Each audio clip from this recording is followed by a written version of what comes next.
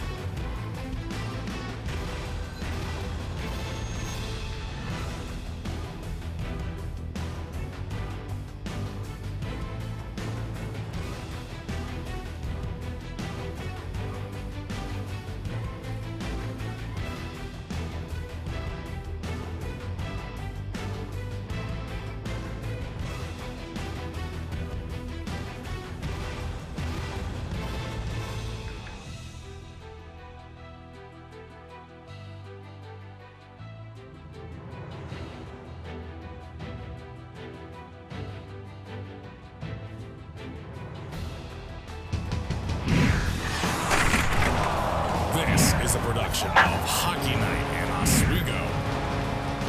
Only on WTOP.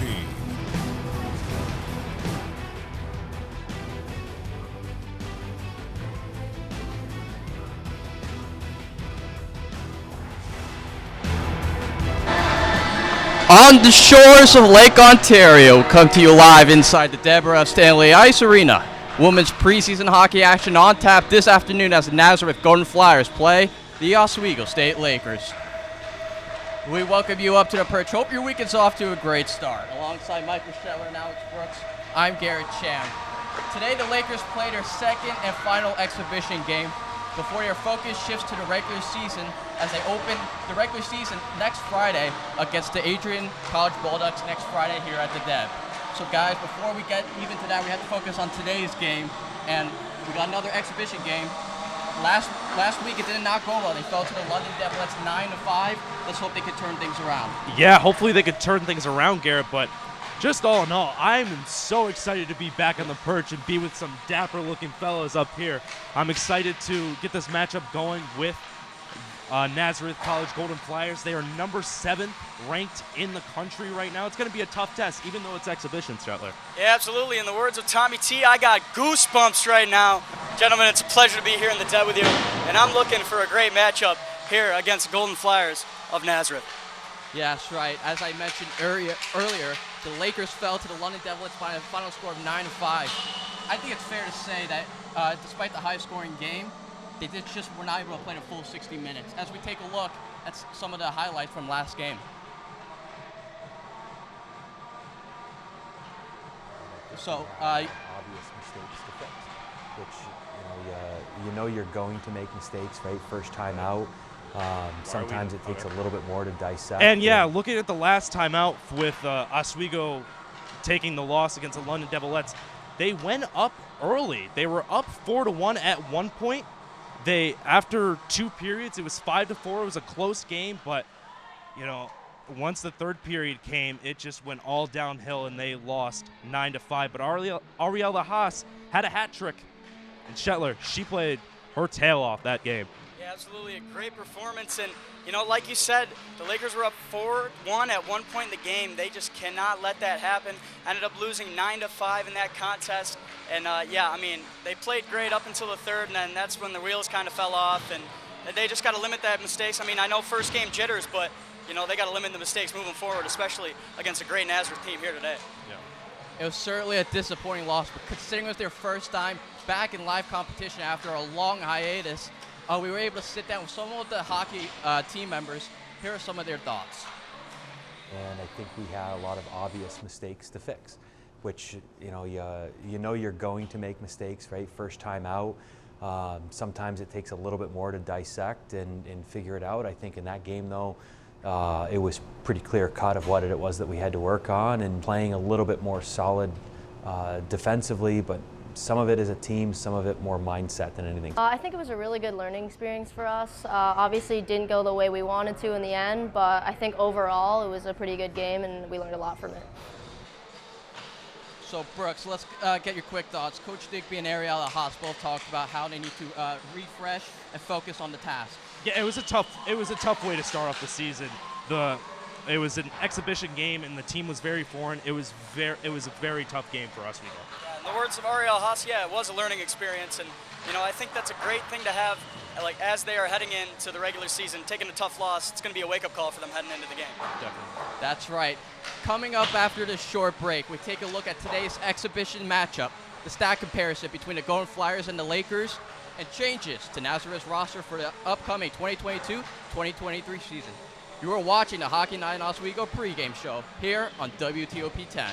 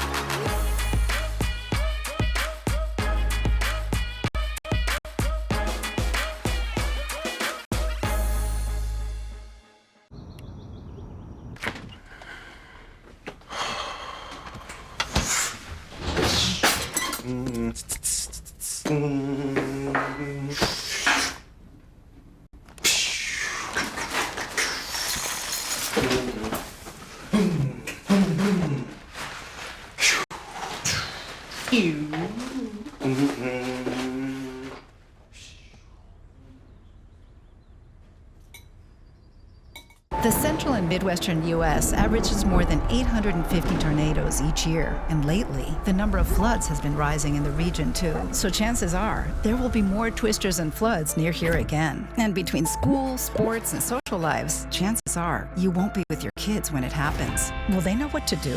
Ready.gov/kids has all the educational tools and information to make the conversation easy. When the time comes, chances are they'll feel prepared, not scared. So talk with your family today.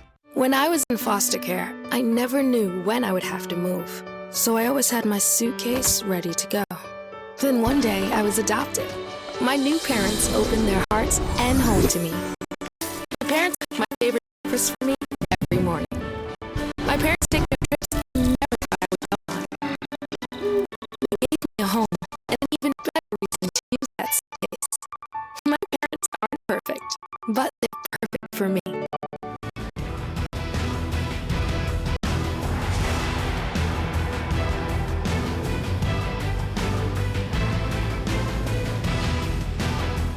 Welcome back to the WTOP 10 pregame show. Nazareth Golden Flyers and Oswego State Lakers are moments away from puck drop. I'm Garrett Chan, joined alongside by Alex Brooks and Michael Shetler. Despite Nazareth's young hockey program, they've only been lasted for a few years. Their long stretch of success has been very good so far and will be a huge test for the Oswego State Lakers tonight. For more on the newly created 104 matchup, our own Thomas Turgeon has the story. The Oswego State women's hockey team kicked off their 2022-23 season off last weekend. A hard-fought battle and clearly appealed to their team identity of gritty.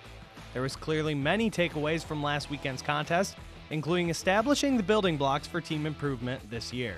We have the ability to play with a lot of speed, which can help at both ends of the rink. Right? It showed that we can help, or it can help get us a lot of pucks back in the offensive zone, and we've got the skill level to create some offense out of a lot of those broken plays. However, this weekend brings in a growing program that the Lakers have not seen since the 2019-20 season. The Nazareth Golden Flyers come to the Deb coming off of the best record since the program began.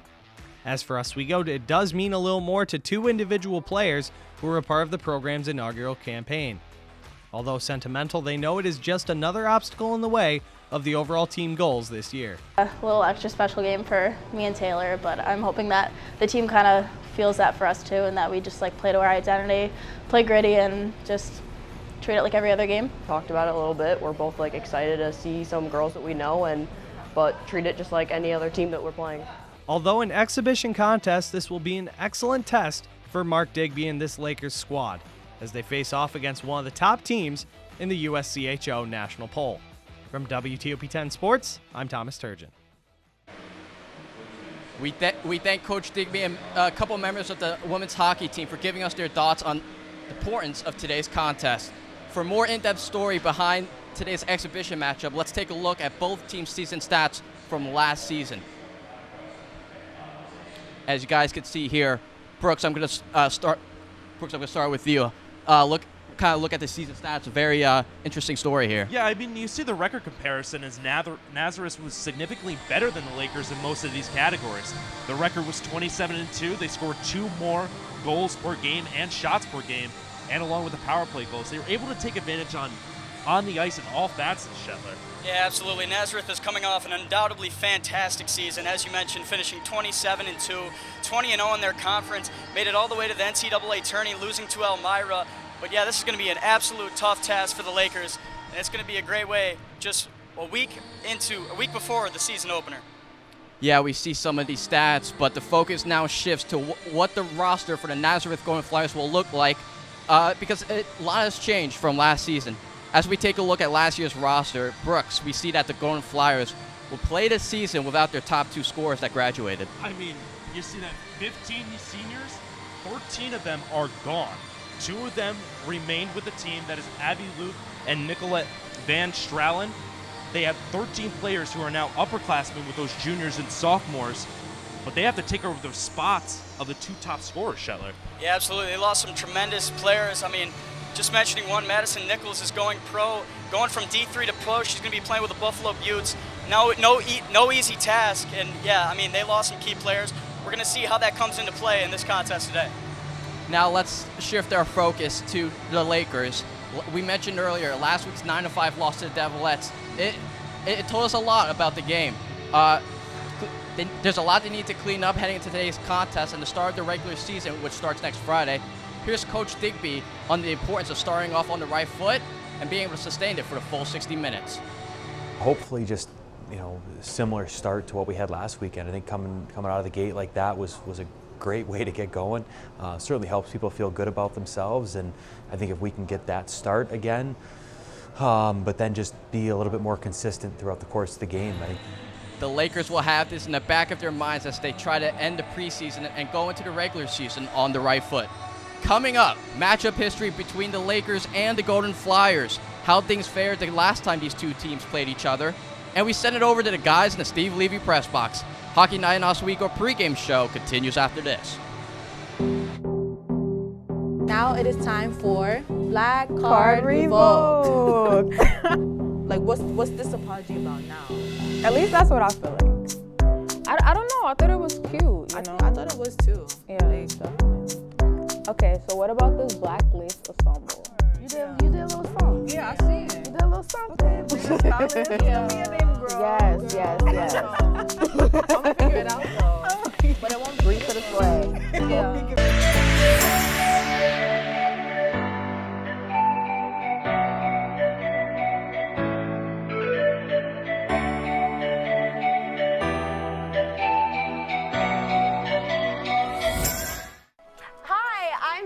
And I'm Donna. And this is the Sunset Show. Grab your low-rise jeans because we're taking it back to the 2000s. Let's go, girls.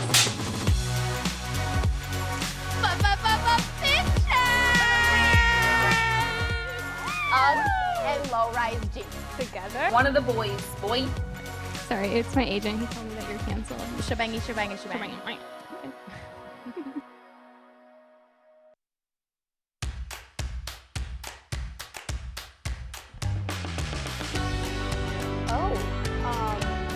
Welcome back to the Kind of Lake Show, where we talk about anything and everything going on in our lives and yours. Well, my birthday was November 13th, so it's been quite some time. I think at the end we saw him get up. I did that. I can't. It's a winner, and I did bring you sweater for everyone. There you go! I know your dreams.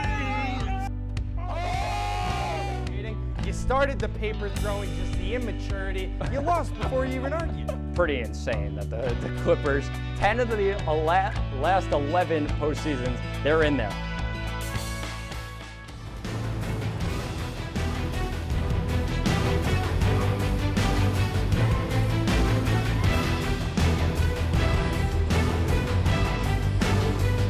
Oswego State Lakers ready to take the ice for today's game.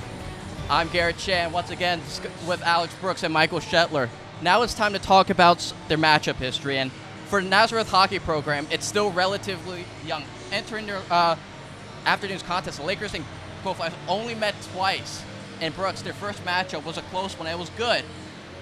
Yeah, it was a 1-1 overtime neutral site contest. This was only the third time the Lakers, this game is the only third time the Lakers are facing the Golden Flyers, and you look at the 1-1 tie, Oswego and Nazareth pretty close with shots.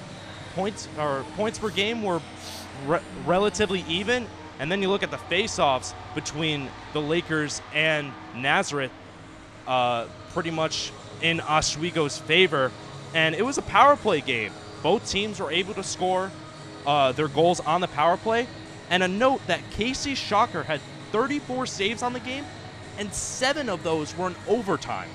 And then you look at the next matchup, Shetler, 3-2 Oswego, their first win against Nazareth. Yeah, their last matchup in 2020 before the pandemic hit.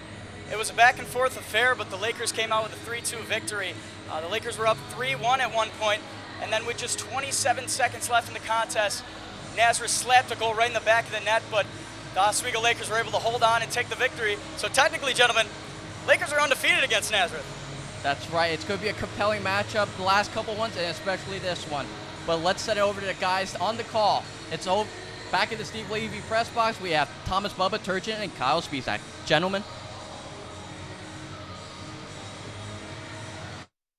Steve Levy press box for today's afternoon contest. I'm Thomas Turgeon, joined by my boy in here, Kyle Spisak. And Kyle, a big test for the Lakers. Although it doesn't matter in the standings-wise and the rankings, it's a big morale test for Oswego State. Yeah, it really is, especially coming off of the loss at last week. You know, they had that lead early on in the game and just weren't able to close it out. So Nazareth, this is a team that if they can play a good game against them, that's a good momentum builder going into the start of the season next week. And a huge momentum builder was them playing a full 60 minutes. Coach Digby elaborated to that, and being a consistent team consists of 60-minute plays, and this team struggled with that against London last week. But one of the other things that was crucial to this team was the goaltending in Joanna Hebert. She stood on her head as much as she could, but the commitment to team defense in that third period was definitely a factor. Yeah, the defense really needs to tighten up and not allow to get as many second chance opportunities in front. That's really been a killer for the Lakers last season and in the exhibition. They need to be able to really get the puck cleared out and get rid of those second chance opportunities, make it easier on Hebert. But let's stop being talking faces for a second. Let's look into the goaltending matchup for today's contest. It's Joanna Hebert against the Nazareth Golden Flyers. Take a look. Yeah, and how about Hoff? She has one of the most outstanding college records, I believe.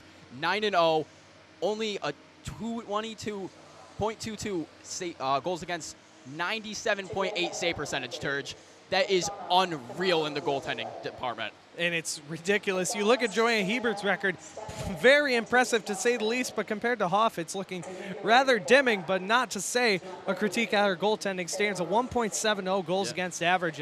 Really solid in between the pipes last year for the Lakers. Only had a couple bad bounces throughout the year, but a 12-4-1 record for the Lakers netminder. Hoff on the other end, the Anchorage, Alaska native, being very dominant between the pipes, but that also gives credit to her defense bailing her out as well. Yeah, this will be a really interesting matchup on both ends of the ice. We're going to have to see what offense is able to stump what goalie first, honestly. It's going to be a goaltender match, I believe, here. I think it's going to be a very defensive-minded matchup. I think Coach Digby alluded to that this past week. I mean, you talk about the last game they talked about on the perch, a 9-5 score line in favor of London. I mean, you want to score 5 goals a game. Nazareth did that last year, but you're not wanting to allow even 4 or more for that matter. Yeah, they don't want to. They want to allow as little goals as possible because, like we said, they had the lead early in the game. They had a 4-1 lead, and then London started climbing up as it went on. 5-4 at the end of the second, and it ends up being a 9-5 game at the end. So team defense really needs to lock up, especially in the later half of the game, and play that full 60. And we talk about Nazareth coming into town, the number 7 team in the nation, as the preseason poll was released just a few weeks ago. Nazareth ranking number 7 in the top 15 now. No longer a top 10, a top 15 ranking for the women's hockey program. Let's take a look at Nazareth and many other opponents on the Lakers' schedule in that top 15, Kyle. Yeah, and that's a good one to point out here is Plattsburgh. Plattsburgh, always one of the most dominant women hockey programs in D3. Elmira, who is going to be coming here, it's going to be a tough test for Oswego. If you look at this, Adrian coming in next weekend with a doubleheader coming up.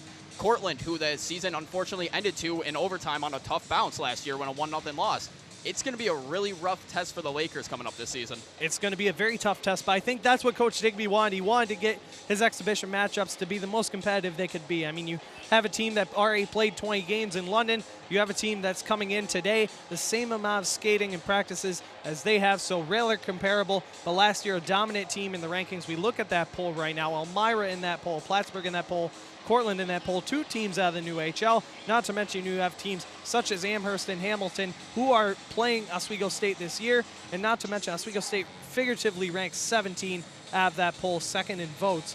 But Utica as well. Utica was ranked 16 on that poll. So, I mean, Oswego, a lot of tough competition this year according to the preseason poll. But granted, that could change every week.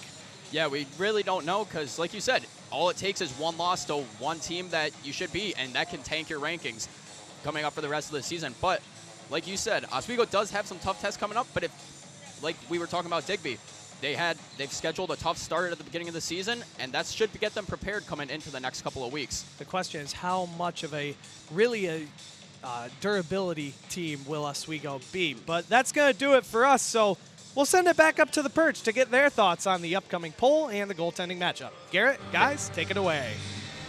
Thank you, Thomas and Kyle. And guys, they talked a lot about the goalie matchup for Nazareth. It's a very good goalie, a brick wall in front of the net. Yeah, and then just talking about Oswego, Joanna Hebert, she allowed 29 goals last season, 3 points per game, and had 291 saves in total. That's a good stat line, but against McKinley Hofstetler, it doesn't compare. I mean, McKinley Hoff, lack of a better term, a dog. She is an absolute animal in the net.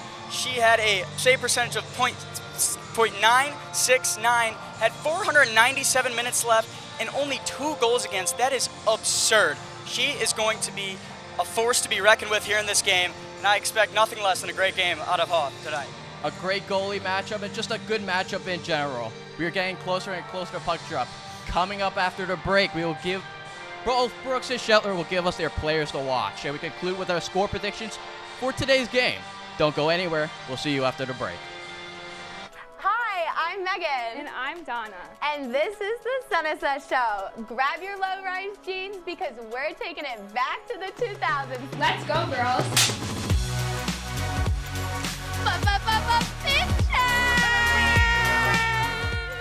Uggs and low-rise jeans. Together. One of the boys. Boy. Sorry, it's my agent. He told me that you're canceled. Shebangy, shebangy, shebangy.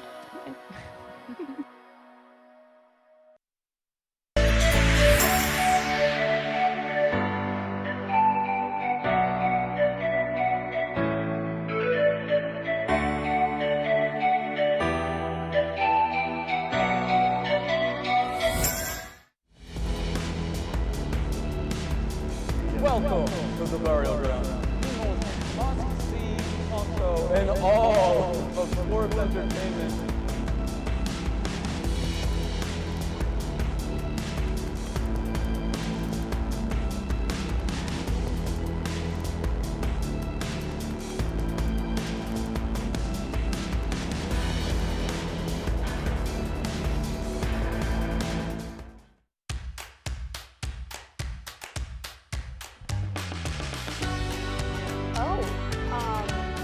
Welcome back to the Kind of Lake Show, where we talk about anything and everything going on in our lives and yours. Well, my birthday was November 13th, so it's been quite some time. I think at the end we saw him get up. I did that. It's a winner, and I did bring sweater for everyone. There you go! I know your dreams. You started the paper throwing, just the immaturity. You lost before you even argued. Pretty insane that the Clippers, 10 of the last 11 postseasons, they're in there.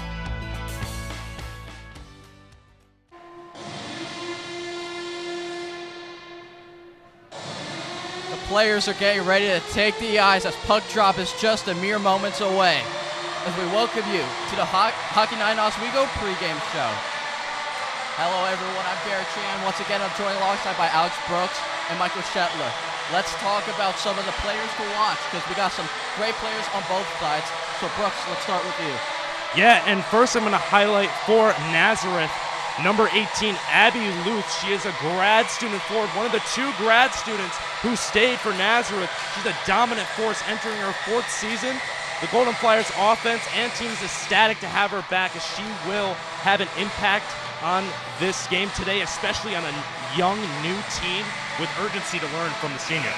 Absolutely, and speaking of dominant players, I have number 15, Allie Woodtrouse, 23 goals, 4 assists, 27 points on the season. I mean, scored a whopping 23 goals. Woodtrouse is an absolute scoring machine and can light it up on the ice without warning. I can only imagine what she'll bring to the table here in this contest today. And speaking of Lakers, I have Kylie Grugan, the Titan from Tennessee. She is a dominant forward, 9 goals on the season, 4 assists, and 13 points scored, an integral part of this Lakers offense, and she looks to continue that trend here this season. Brooks, what do you got for the Oswego Lakers? You want to talk about a Titan, you want to talk about a god, number 10, Ariella Haas. She had 6 goals, 15 assists with a .068 shot percentage last season. She's a senior from none other of my hometown in Albany. But not only did I pick her because she's a 518 native, but she led the team in assists, shots, and points. She is going to be the one that will be in the trenches for this Oswego team and bringing this aggression to this offense for the Lakers. It has just been her dominant force. She had a hat trick last week. And she's looking for 3 more goals to get back-to-back hat tricks, Garrett. I love the enthusiasm for both of you guys when it comes to the players, but now it's time to make our score predictions. Brooks, I'm going to start with you, man. Well, I'm talking about Ariella Haas, and she's going to score a goal today, and it's going to be one of the 2 goals, and Oswego will take the victory over Nazareth. The Golden Flyers have lost 13 players last season. All of them were seniors to only Oswego's 4. The Lakers still have that foundation, unlike Nazareth, but it's going to be a bounce-back game for Oswego. I know it's only exhibition, but there's no chance that they're going to get embarrassed 2 games in a row, Shetler. I don't know, Brooks. I hate to be the bearer of bad news, but Nazareth is taking this contest 3-1. Whether you like it or not, I think despite the players that they lost, Nazareth is still very dirty, and I think 3-1 will be your score at the end of this contest. You know, last week we saw a high-scoring game, a combined 14 goals. But I'm going to say we got a really low-scoring one. I mean, how low? 1-0 in favor of Oswego State Lakers. It is going to be a tight game. We talked about defense, but defense better show up today. That does it for the pregame show. After this short break, it's Puck Drop. Thomas Bubba Turgeon and Kyle Spizak on the call right after this. Now it is time for Black Card Revoke. Like, what's this apology about now? At least that's what I feel like. I don't know. I thought it was cute. You know? I thought it was too. Yeah, definitely. Okay, so what about this blacklist ensemble? You did a little song. Yeah, I see it. You did a little something. Yes. I'm gonna figure it out though. But it won't breathe to the flag. Yeah.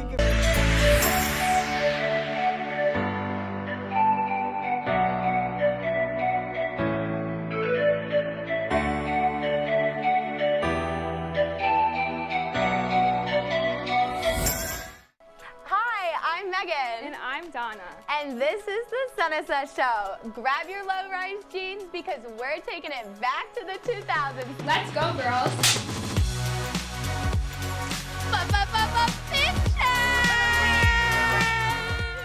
Uggs and low-rise jeans. Together. One of the boys. Boy. Sorry, it's my agent. He told me that you're canceled. Shebangy.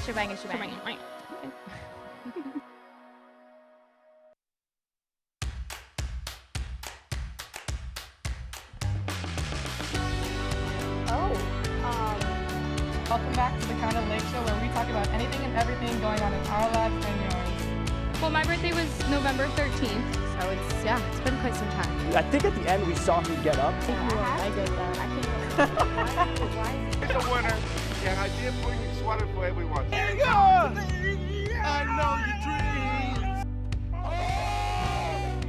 You started the paper throwing, just the immaturity. You lost before you even argued. Pretty insane that the Clippers, 10 of the last 11 postseasons, they're in there.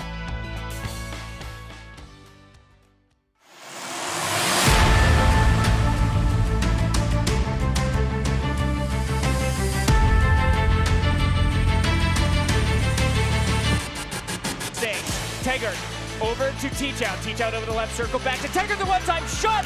Bird scores! Philomena Taggart gets the goal. Lakers on top. It's a power play goal.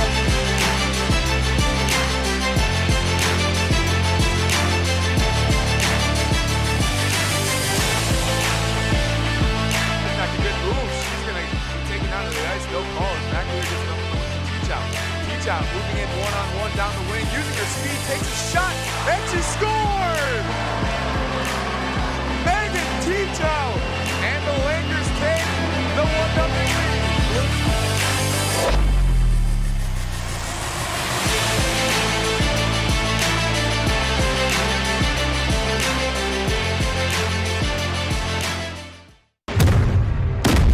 Hockey night in Oswego starts now.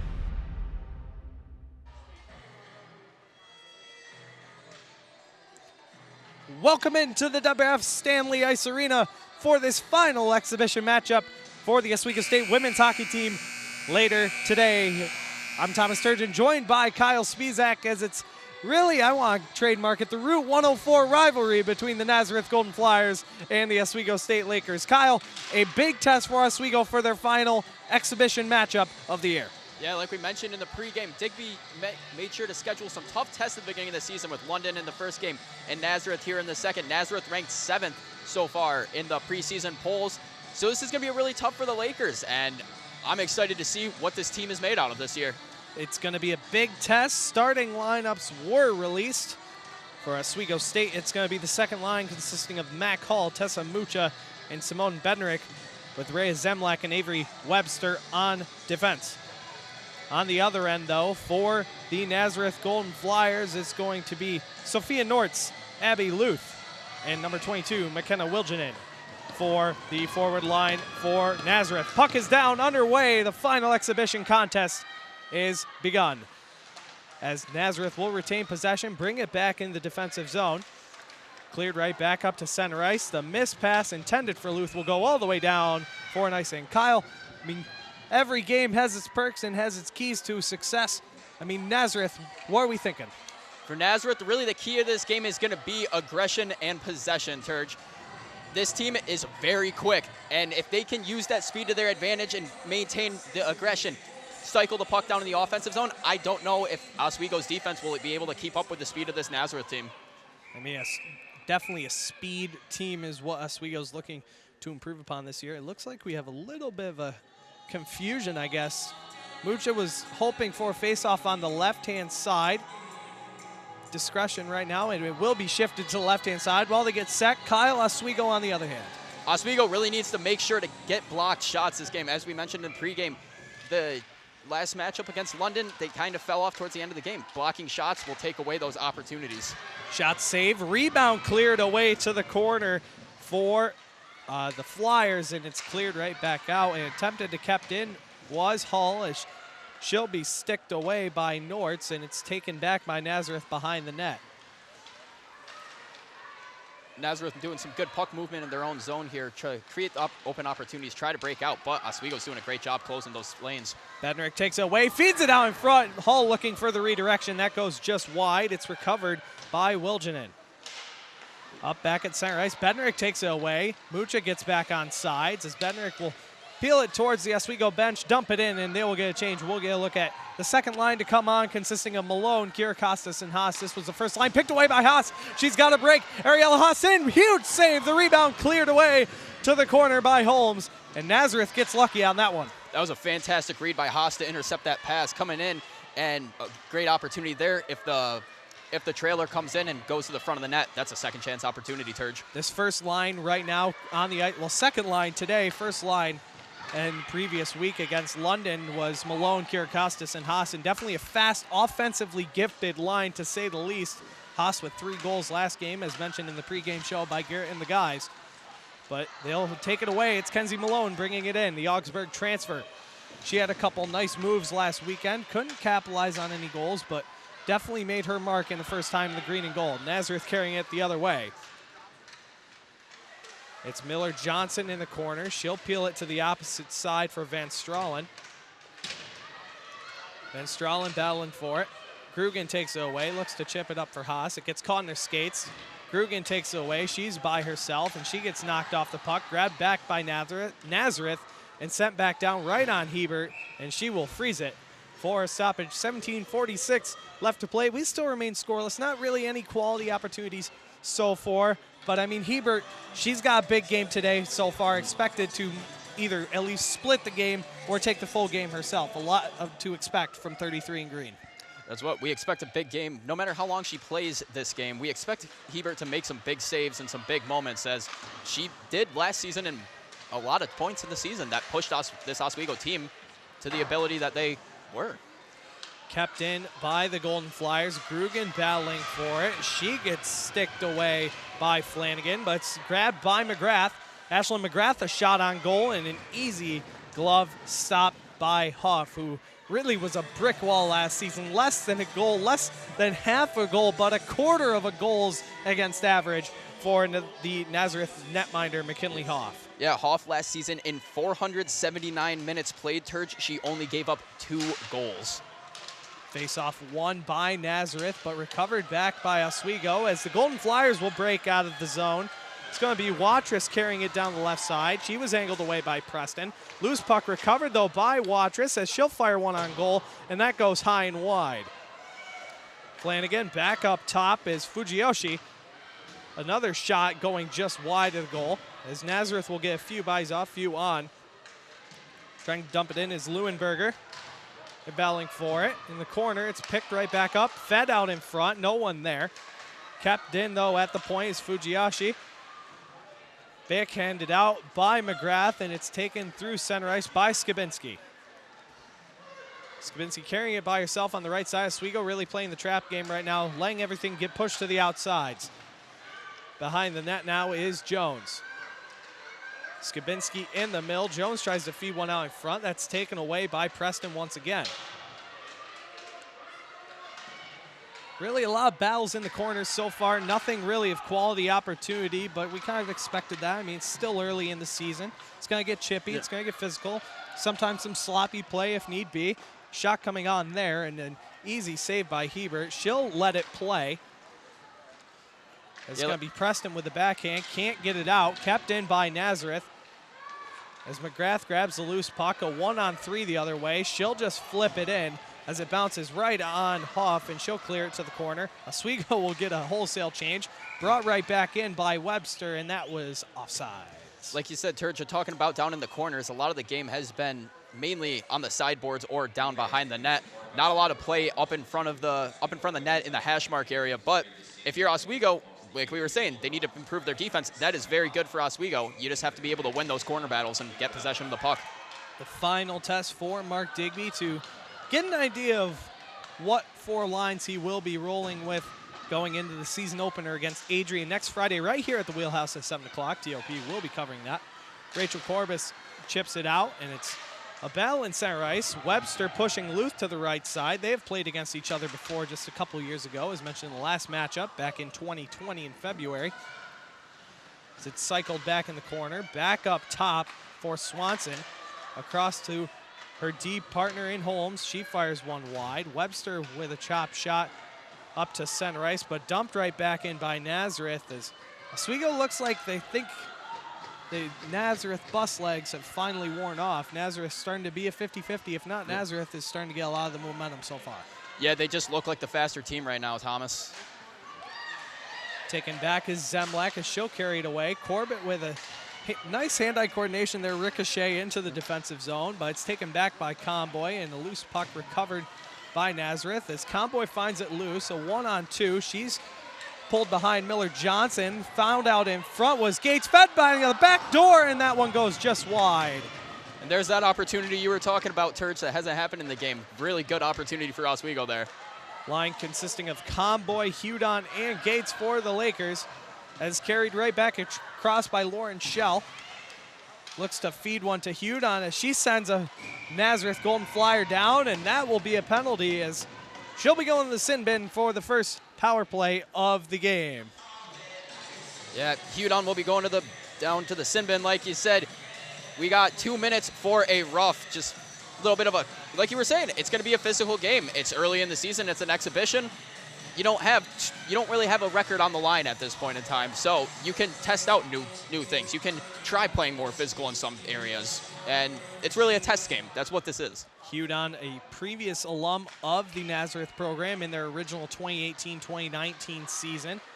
So maybe a little bit of bad blood. Nonetheless, a shot coming on. That got blocked out in front. Cleared right back up to the point. A fake shot there. It's sticked away by Bednarek, and it's kept in by the Flyers. Sent down beneath the net is Van Stralen, and it's cleared out by Oswego State. And 20 seconds down, 1:40 to go on the penalty kill. Yeah, and taking a look at this Nazareth team, Thomas, they lost 15 players last year. Majority of this roster has not played in a Nazareth uniform before. A 2-on-1 the other way. Haas and Bednarek. Bednarek shot. That got sticked away by Swanson. She couldn't really get through on goal. Haas will get a change as the new penalty kill will come on as Nazareth will carry it across. It is Flanagan. She'll just dump it right in as Nazareth will send out their second power play unit. Malone battles for it. She still has it. Getting a speed break on it, but it's taken back by Miller Johnson. Finds open ice. Cleared right back out to center by Webster as Miller Johnson just all over the place. Battles through Webster. Gets through one more Laker. A shot on goal. That goes just wide. Cleared all the way around, and it'll skip its way out to center ice with 40 seconds to go in the penalty kill. Nazareth last season a 24% power play, first in the UCHC, going 33 for 110. So about 1 in every 4, give or take, they were able to convert on. So let's just hope Oswego doesn't take 4. Yeah, like you said, almost 1 for 4 on the power play. That's an insane stat right there. You can get 4 or 5 power plays in a game, and if you're getting 1 goal off one of those, your team is playing outstanding. Luth a one-timer, backdoor again, and they score! It's going to be Leiden capturing on the back door. Ivy Leiden, the sophomore, gets her 3rd in her Nazareth career. And that was just really hard play for Hebert to make there. As we see here, the shot comes down in, goes behind the net. Hebert tries getting over, but just can't get there in time. Gets between the glove and the pad. Nazareth now takes a 1-0 lead. And the commentator's curse is in full effect. I have no one to blame but myself. It is a 1-0 Golden Flyer lead on the power play, courtesy of Ivy Leiden, the defenseman from Nazareth. 1-0 Flyers, 12:45 remaining in this first period of play right here on WTOP 10. Final exhibition contest, and we knew this was going to be a tough test for the Lakers. A ranked team coming in, a team that made the national tournament last year, is a huge test for Oswego State. Kept in his shell, looking for Corbett. Missed pass, leads away for Dupuis. It's backed around by Skabinski. Dupuis knocked down by Corbett. Leuenberger back in there as well. This loose puck is found by Skabinski. So when Thomas, I think one of the things that's going to be really beneficial for this Oswego team is because this Nazareth team is so fast, Oswego's going to have a hard time keeping up with them. How do you combat the speed? You got to put a body on them and play physical. And I think one of the terms that Coach Digby talks about constantly time and time again is grit, and we've seen a lot of it within these first 70 minutes of Oswego State women's hockey so far this season. As Nazareth chips it out, another thing that Nazareth has so far right now is size in the size battle, it looks like, but we'll see how that turns out as Amanda Zenstein carries it across, walks by Fujiyoshi, and she's taken down, and Oswego State will have their first chance on the power play end as Nazareth will go to the box. Yeah, and that all starts with a fantastic move by Zenstein there. As we see her come in, she just gets a nice little toe drag around and gets tripped up by Fujiyoshi. So Oswego takes the 2-minute power play here, and hopefully they can capitalize on something. Ali Fujiyoshi, only 8 games played last year, and now a senior on this team. We talked about in the pregame show how many seniors they lost. There was quite an abundance of them, a top-heavy roster for the Flyers. We'll see the first power play unit out now. Zenstein, Haas with a pump fake. Back for Malone. Up top is Zenstein as they'll cycle. Zenstein looking for a slot to fire. Shines on the one-timer, tries to keep it in, but it's cleared all the way down by the lone goal scorer today, Leiden, as Hebert will knock it down behind the net, and there goes 30 seconds off the PP. Yeah, 30 seconds down. They had some good puck moving. Just got to get the puck on net. Haas with a nice dish for Malone. Back up top is Haas. Down low for Malone. Zenstein cuts towards the middle, and the pass gets deflected and out. And it's a race for it now. Abby Luth on the left side. Zenstein angling her to the left, driving towards goal. That goes off the pad. The rebound goes all the way around to the opposite side as Haas recovers it. Missed pass there, taken back by Luth. Can't get a quality stick on. Zenstein battles for it behind the net. Puck comes free right out in front of Hebert. It seems like the power play unit needs a change. Haas carries it towards center ice. Looks to feed someone, but nobody there. It's recovered back by Malone as a couple people will get a change as Haas comes off. Bednarik on. Grugan as well, as Malone will take a seat too. And Luth right there did exactly what I said this Nazareth team has to do for their keys. Aggression and possession, and she was forechecking like there was no tomorrow, and she was the only Nazareth player down in that zone, but made it real hard for 3 Oswego players to get the puck out. Quality penalty killing, and we expected that again. Nazareth, not only their power play good, but their penalty kill ranking at 94.7% efficiency. only allowing 6 power play goals all year last year out of 102 opportunities. Ranked first in the UCHC, clearly so. Really anything above that would clearly be just far too impressive as they kill their first one. Mucha fired on goal. Shot would get blocked away for Casio as it's cleared out to center ice. Avery Webster will peel it back as Nazareth will get a few changes trying to restore themselves back to a normal line. Webster in the corner now, rings it around for Grugan. Fed out in front. That gets blocked. The rebound, a backhand. Can't get enough on it towards goal. And it's taken away by the Flyers. It's Miller Johnson. A nice saucer pass intended for Watrous, which will go right on Hebert for a whistle. 9:02 remaining in this first period of play right here on WTOP 10. Golden Flyers have the lead, and Ivy Leiden the lone scorer. Yeah, and it really wasn't. It wasn't a spectacular show-stopping play. It was just a basic hockey play. Shot goes wide behind the net, and then she just comes down. Perfect time, perfect spot, able to put that one behind Hebert. It seemed a little right place, right time for Nazareth in that opportunity as it's taken back by Oswego State. Riley Preston behind the net as she'll circle back. She's generating some speed. A back pass looking intended for Corbett. That'll go all the way down for an icing. Just a little close, but no cigar for Oswego so far. They're really just super close to being at the right point in their game, but clearly it's showing their passes aren't as crisp yet. Their conditioning seems like not up to par, but it's also early. It's their second game of the season, 2 weeks into regular coaches practices. So Oswego State, clearly Coach Digby knows what they're going to be working on in general for the next upcoming few weeks, and really into next week for their home opener, literally in the regular season. Yeah, like you said, that was a great opportunity they had there breaking it out. Just bounced it off the board a little too hard. Face-off won by Nazareth as it's loose out in front. A one-timer chop shot, looked like a 9-iron, was Fujiyoshi. That goes over the goal. Wraparound now in front. That goes off a skate as Tadia will clear it to the opposite side of open ice. Corbett flips it out to center. Burke and Tadia will battle for it. Tadia with some speed down the left side. Cuts towards the middle. Throws a nice little cross-check and gets taken down. And she's going to be going to the penalty box. And Nazareth, another opportunity on the power play. That's why, and that was really, Tadia showed a ton of speed there, making a good play, getting around the defense, getting behind the defense, trying to get an opportunity there. Unfortunately, now the Lakers are down a player for the next 2 minutes. And this Nazareth team, like we said, Turge, they're really solid. They are offsetting penalties. I was about to say, it looks like Tadia was able to generate just enough for the official in today's contest to give Fujiyoshi a 2-minute minor as well. So we'll have a little 4-on-4 hockey for a brief 2 minutes, 8:06 remaining in this first period of play as it's tried to be kept in by Shell. Couldn't knock it down as it was flying through the air. And Fujiyoshi right back in the box. She just got out of the box as her penalty expired. Goes right back in. Bednarik battling for it. Zenstein again. Over for Shell, puts on the brakes, feeds Bednarik in the center, closer to the wheel logo, and it's Haas. Cuts back, 2 are on her. Zenstein on the far side, a clapper there, that goes just wide. Shell looking for Haas, and it's taken away. This is grabbed back by Flanagan, gets by Haas, and how did she not get a stick on that as Oswego was able to escape there? No penalties there, could have been a hook, but we play on.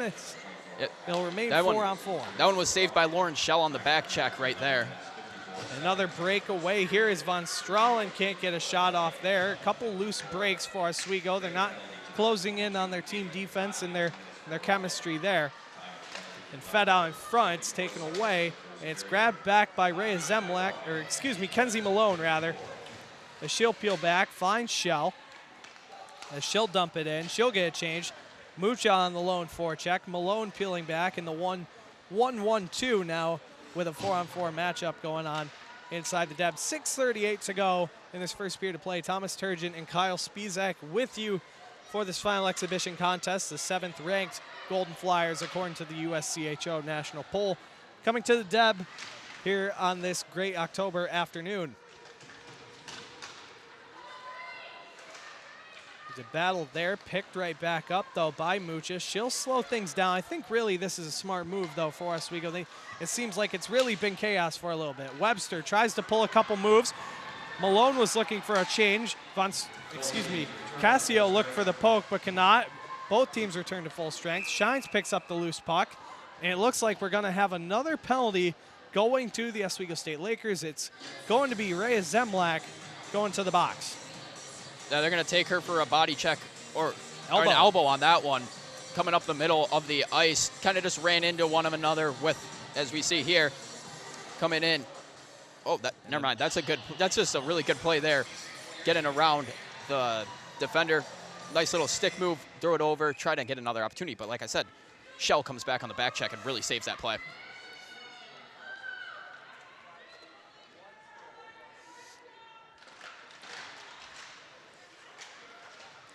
Face-off won by the Lakers, and Zenstein looks to clear. Cannot. The shot comes on there. Save Hebert. The rebound cleared to the side. As it's Flanagan. Von Strahlen shot. That goes wide. Burke takes it and chips it all the way down as it'll skip its way and really roll, actually, like a pinwheel all the way down behind the net.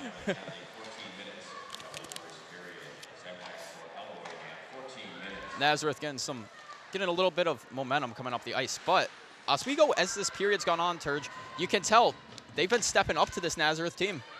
Von Strahlen now, a drop pass intended for Flanagan, but it's taken back as Swanson. Dumped right back in by Nazareth. 1:10 remaining in the penalty to Zemlak, and cleared all the way down. Knocked down behind the net by Hoff, as Nazareth will change 4, keep 5. 5 on as they take it back and really reset. It seems like they couldn't really get anything going there. Another drop pass intended for Leiden. Could not catch the pass. As Nazareth really not getting anything going on this power play opportunity. They're resetting. Not really any quality scoring chances for the Golden Flyers so far, as Booth fumbles the puck. Recovered is Hudon as she peels it right back into her own defensive zone and takes it to the boards to kill off some time. 25 seconds remaining in this power play opportunity for the Flyers. A one-timer there intended by Holmes, whiffs on it, and it's dumped all the way down by Mia Comboy. And the Lakers look like, actually, I'm going to keep my mouth shut on this one because I said that last time and it never eventually panned out. So yeah, we don't want you jinxing anything more out here for us, I'm not good at this, but either way, Zenstein with a slap shot and finds Kirakostas. The Lakers do return to full strength, so they were able to kill off that power play. As they'll return to full strength, Lauren Jones at the back end. And Jones also a former player at Nazareth College. Nazareth able to race back in time was Leiden beating Kirakostas for an icing. 3:42 remaining, in the lone goal by Leiden being the difference maker so far. Shots pretty even, 4-3 in favor of the Golden Flyers, but they've also had 2 more power play opportunities. Yet, really when you look at it stat-wise, the advantages are going in favor of Nazareth, but this game has been pretty close, Thomas. I mean, it's been very back and forth. Not too much time has been spent in one zone opposed to the other. It's been a very down and forth game up and down the ice. Zenstein looking the intended pass for Malone, and that'll go all the way back down. We'll just go down and back like a bag skate, and it's going to be another icing for the Lakers. 3:39 remaining in this first period of play here on WTOP 10. Nazareth, really, it doesn't seem like the game that we saw for Oswego in that third period last week, where they just seemed like they were just out of commission, really, and all gas, no brakes right now so far for both teams. They're being very competitive. Chemistry's good, couple sloppy plays so far, but nonetheless we play on a 1-0 scoreline in favor of the Golden Flyers. Jones looking for the pass. It hops right over his stick, kept in by the Flyers. Zenstein peels back behind the net. Hebert, a drop pass intended for Jones. She had no idea. Kirakostas will shovel it back, as it's a 2-on-2 behind the net. Kirakostas with some speed now. She's got some room to move. And something like that's just, you can't have that happen if you're Oswego. That miscommunication, that could have been a really fatal mistake for the Lakers. Haas Haas almost getting checked into her own door on the bench there, and a close opportunity. And we have a delayed penalty going in favor of Nazareth. They'll be going to the penalty box for a cross check, and that mention of Haas almost going into her own bench there will take its mark, as Oswego State will go to their second power play of the game. Yeah, Oswego, so now Oswego's on their second power play of the game off of that cross check from Skibinski. And Oswego's got to really move the puck around on this. We saw some decent puck movement on their last power play, but they really weren't able to get any shots off, which obviously you can't score the puck if you do not get any shots off. As we see the replay here, kind of a brutal cross check there by Skibinski, but puck drop. Second power play unit on. It's Webster and Bednarik as they'll trade spots. It's going to be Grugan at the point. Bednarik keeps it in at her feet. Bednarik shifts with Webster again. It's Mucha down the far corner. Back for Bednarik. Up for Webster. A backdoor saucer pass with great speed. Mucha couldn't get a stick on it as she'll fall down. Bednarik back up top. Back for Hall, a shot. That ricochets off the skate of Leiden into the netting and back down on the ice. So we'll have another face-off inside the offensive zone. Some really good puck movement from this Oswego Lakers team. They're running the umbrella formation here on the power play, which puts 3 players up at the top of the zone, which really allows you to move both down and across the zone, get those cross crease opportunities like we almost saw just got put in. Kicking it with Kyle, or Hockey Night and Oswego analysis. The world may never know. Face-off won by the Lakers. It's going to be Webster a shot. That one would get blocked by Wilginen. Webster again puts on the brakes, brings it all the way down the court, fed out in front. No one got a stick on it. To go the opposite corner for Mucha. Brought back up top. 3 now up top as Bednarik and Mucha will switch spots. Bednarik brings it in at the dot. The shot. That one would get blocked. Back out in front as the boards are very bouncy this afternoon. Mucha keeps it right back down low in the corner for Hall. Fed right back up top, intended for Bednarik. She tries to keep it in. Was able to do so on a remarkable play. Could not keep it in. Grugan would chop a stick down on a Nazareth defender, but they'll dump it right back in. 1:42 remaining in this first period of play, and 44 seconds remaining in the power play for the Lakers. And a very even game so far. Both teams have 4 shots on goal, as Oswego's getting some opportunities here on this power play, unlike their first one where they didn't have a shot off. Hall racing for it. A slap shot there, just looking to clear. Webster can't keep it in as it's flipped right out to the opposing blue line with 20 seconds remaining on this power play. Mucha can't recover the intended pass for her and dumped right back in by Swanson as Webster has it. 10 seconds remaining in the penalty to Skibinski. And the Webster battled by Waitress. Back to even strength for Nazareth now. 5-on-5 to complete the last 50 seconds of the period. Malone now. She gets taken down. No penalty there. Really an ice cream sandwich, if you will. And a whistle from the crowd, confusing number 23, Fazelgraf on Nazareth. Looking around, trying to figure out where the puck was. Can't get anything going. It's been falling down everywhere, sticks down, everything. As these Lakers are definitely being very aggressive in their second contest of the year. But Nazareth has a break now. It's Von Strahlen on the right side. A nice block there by Zenstein, but back out in front as Zenstein would clear to the corner. Kierkostas looks to feed it for Haas, but just finds open ice as it goes down. Not all the way, but just enough to get a change. 5 seconds remaining in this first period of play. Is taken away by Oswego State. Grugan tries to knock it down, but the horn will sound, and that will end period 1. Oswego State 0, Nazareth 1. And Kyle, either way, at the end of the day, you're only down by 1, and it was a 50-50 battle through 20 minutes. Yeah, it was a really close game. Like we've mentioned, it hasn't really been played specifically in one team's zone rather than the other.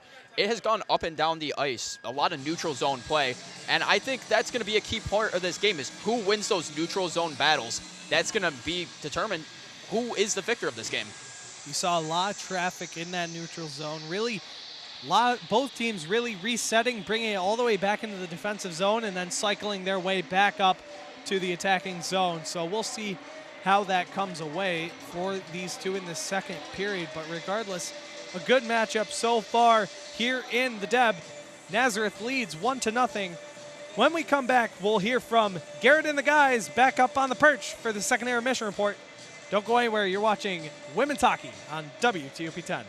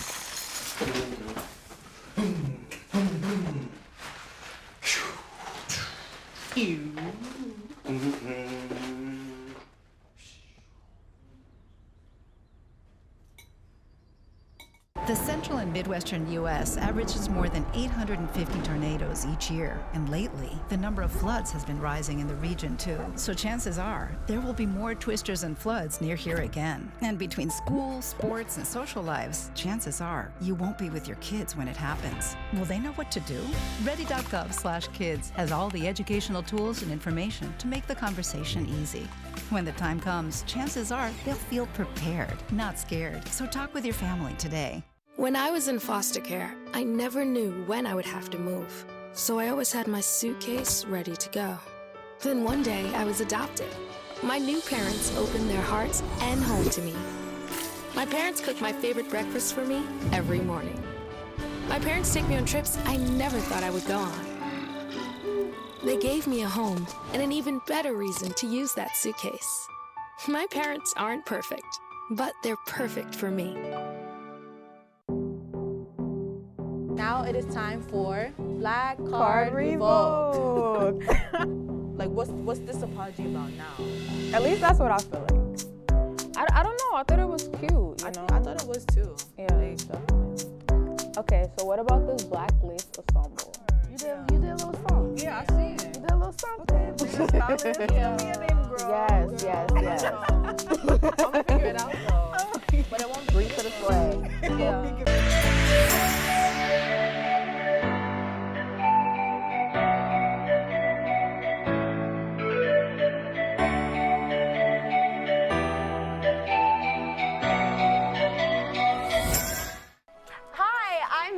And I'm Donna. And this is the SUNY Show. Grab your low-rise jeans because we're taking it back to the 2000s. Let's go, girls.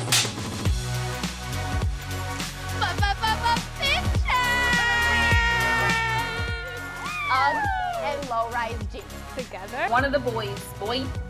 Sorry, it's my agent. He told me that you're canceled. Shebangy.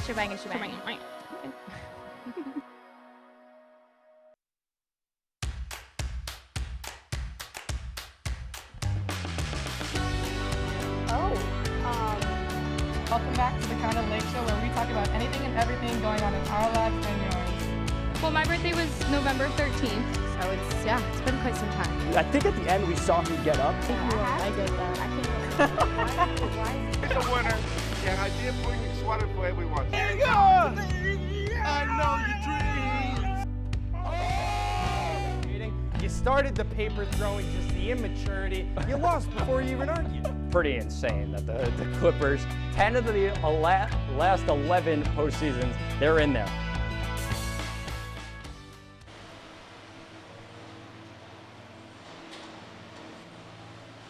"20 minutes have elapsed. The first period is in the books, and after one period, the Golden Flyers lead the Lakers by a score of 1-0. This is the first intermission report here on WTOP 10.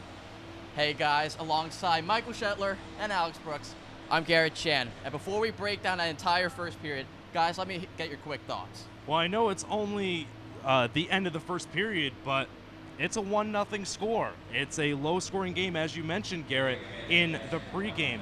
Nazareth is a good power play defense, and they've shown it tonight. And also with Oswego, they need to take more chances. It's an exhibition game. They need to take more chances. Mark Digby has to get some things going for this Oswego team, or Nazareth is going to take advantage. Yeah, I mean, just telling it like it is, the Lakers have made some careless mistakes that they got to limit going into this second period. They've got a lot of passes intercepted, and they really got to clean it up. I mean, it is just a 1-0 affair, so, you know, it's not anywhere close to over, but yeah, Oswego Lakers have to make some key changes if they want to walk out of the Deb here with a victory today. I know we talked about it during the pregame show, and the guys in the booth talked about it. It's all about defense this game. And so far, it's looking pretty good, but now the story has been about the careless penalties and the careless hits. And one of those penalties led to a power play, and the Nazareth Golden Flyers took advantage with a ton of scoring chances throughout the first period. Yeah, and as you see here that the scoring chances for Oswego has been minimal. As you mentioned, Shetler, Hoff has just been a brick wall last season. She's showing it here today. Yeah, I mean, if the Lakers want to walk out of here with a victory, they got to get past the immovable object, and right now she is looking as crisp as ever. So I don't know. It's going to be a tough challenge as Hoff is playing just like she did last season. Now let's take a look at Nazareth's scoring chances, who have done a great job. They flew down the ice, and they put the Laker defense and Joanna Hebert on their heels a little bit. Yeah, and the first goal was made by Ivy Leiden. It was her third goal on her Nazareth career. It was just a rebound off of the end boards, and it was just a right place, right time goal for Ivy Leiden. And it's just Nazareth has just been able to take advantage, but not as much as they would want it, Shetler. Yeah, I agree. I mean, Nazareth has been very aggressive in their approach to this game, as we expected out of the gate. I mean, they're playing very fast-paced. The Lakers, you know, they're not out of this. They're playing great. As we take another look at this goal, Ivy Leiden scores her third goal of her career. And yeah, I mean, that was just a beautiful goal. Got right past the goalie there, and yeah, they got to really limit those mistakes. And we're inching closer to my prediction here, Brooks. You know, it's funny that there's been a lot of careless mistakes by the Laker defense, but we also got to talk about the hits and the penalties, because we saw a lot of them. Both teams had 3 power play chances, and Nazareth took advantage of one of them. Yeah, Nazareth definitely took advantage of that one in there, and as you see with the replay, it has just been physical back and forth between Oswego and Nazareth. You could tell that there's a little bit of juice going on during this first period, and I expect, Shetler, that it's going to remain the same going into the second period. Absolutely. There are bodies dropping out there, and yeah, I mean, both teams, they got to limit the penalties, limit the mistakes, and limit just the carelessness out there on the ice.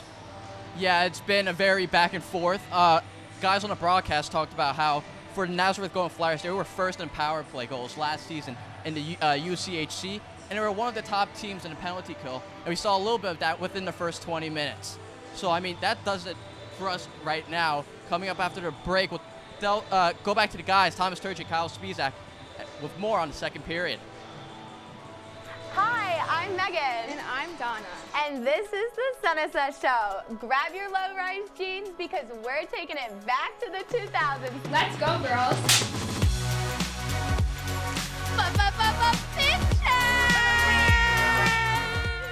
Uggs and low-rise jeans. Together. One of the boys. Boy. Sorry, it's my agent. He told me that you're canceled. Shebangy, shebangy, shebangy.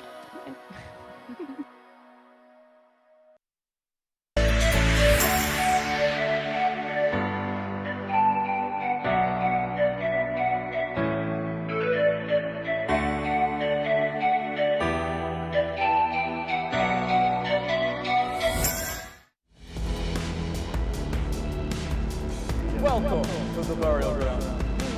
Must see also in all of sports entertainment.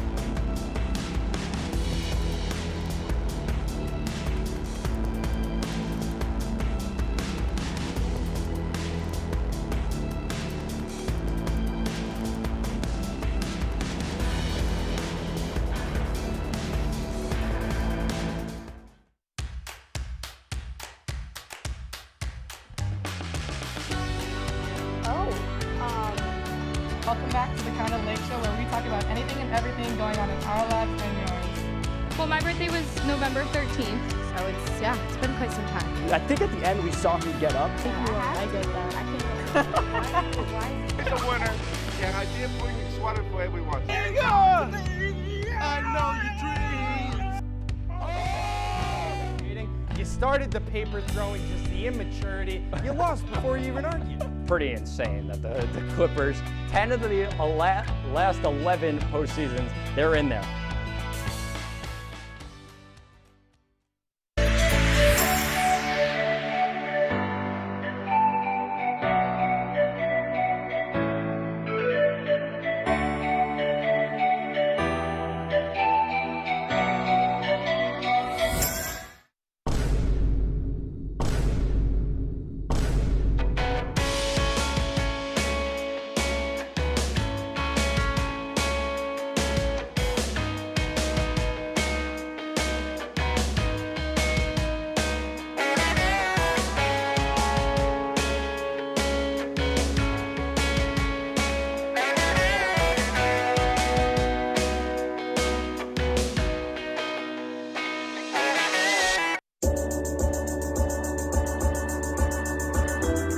The kind of late show with Chloe and Anna.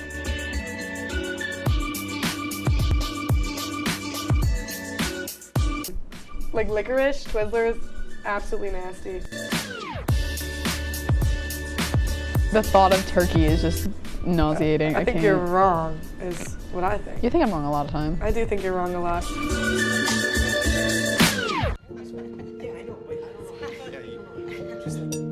Look at that, it's so sad.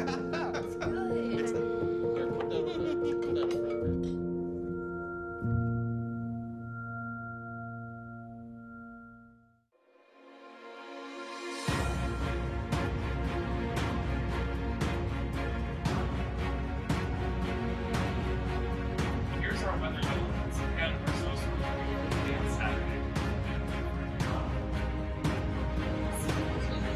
And that's optional.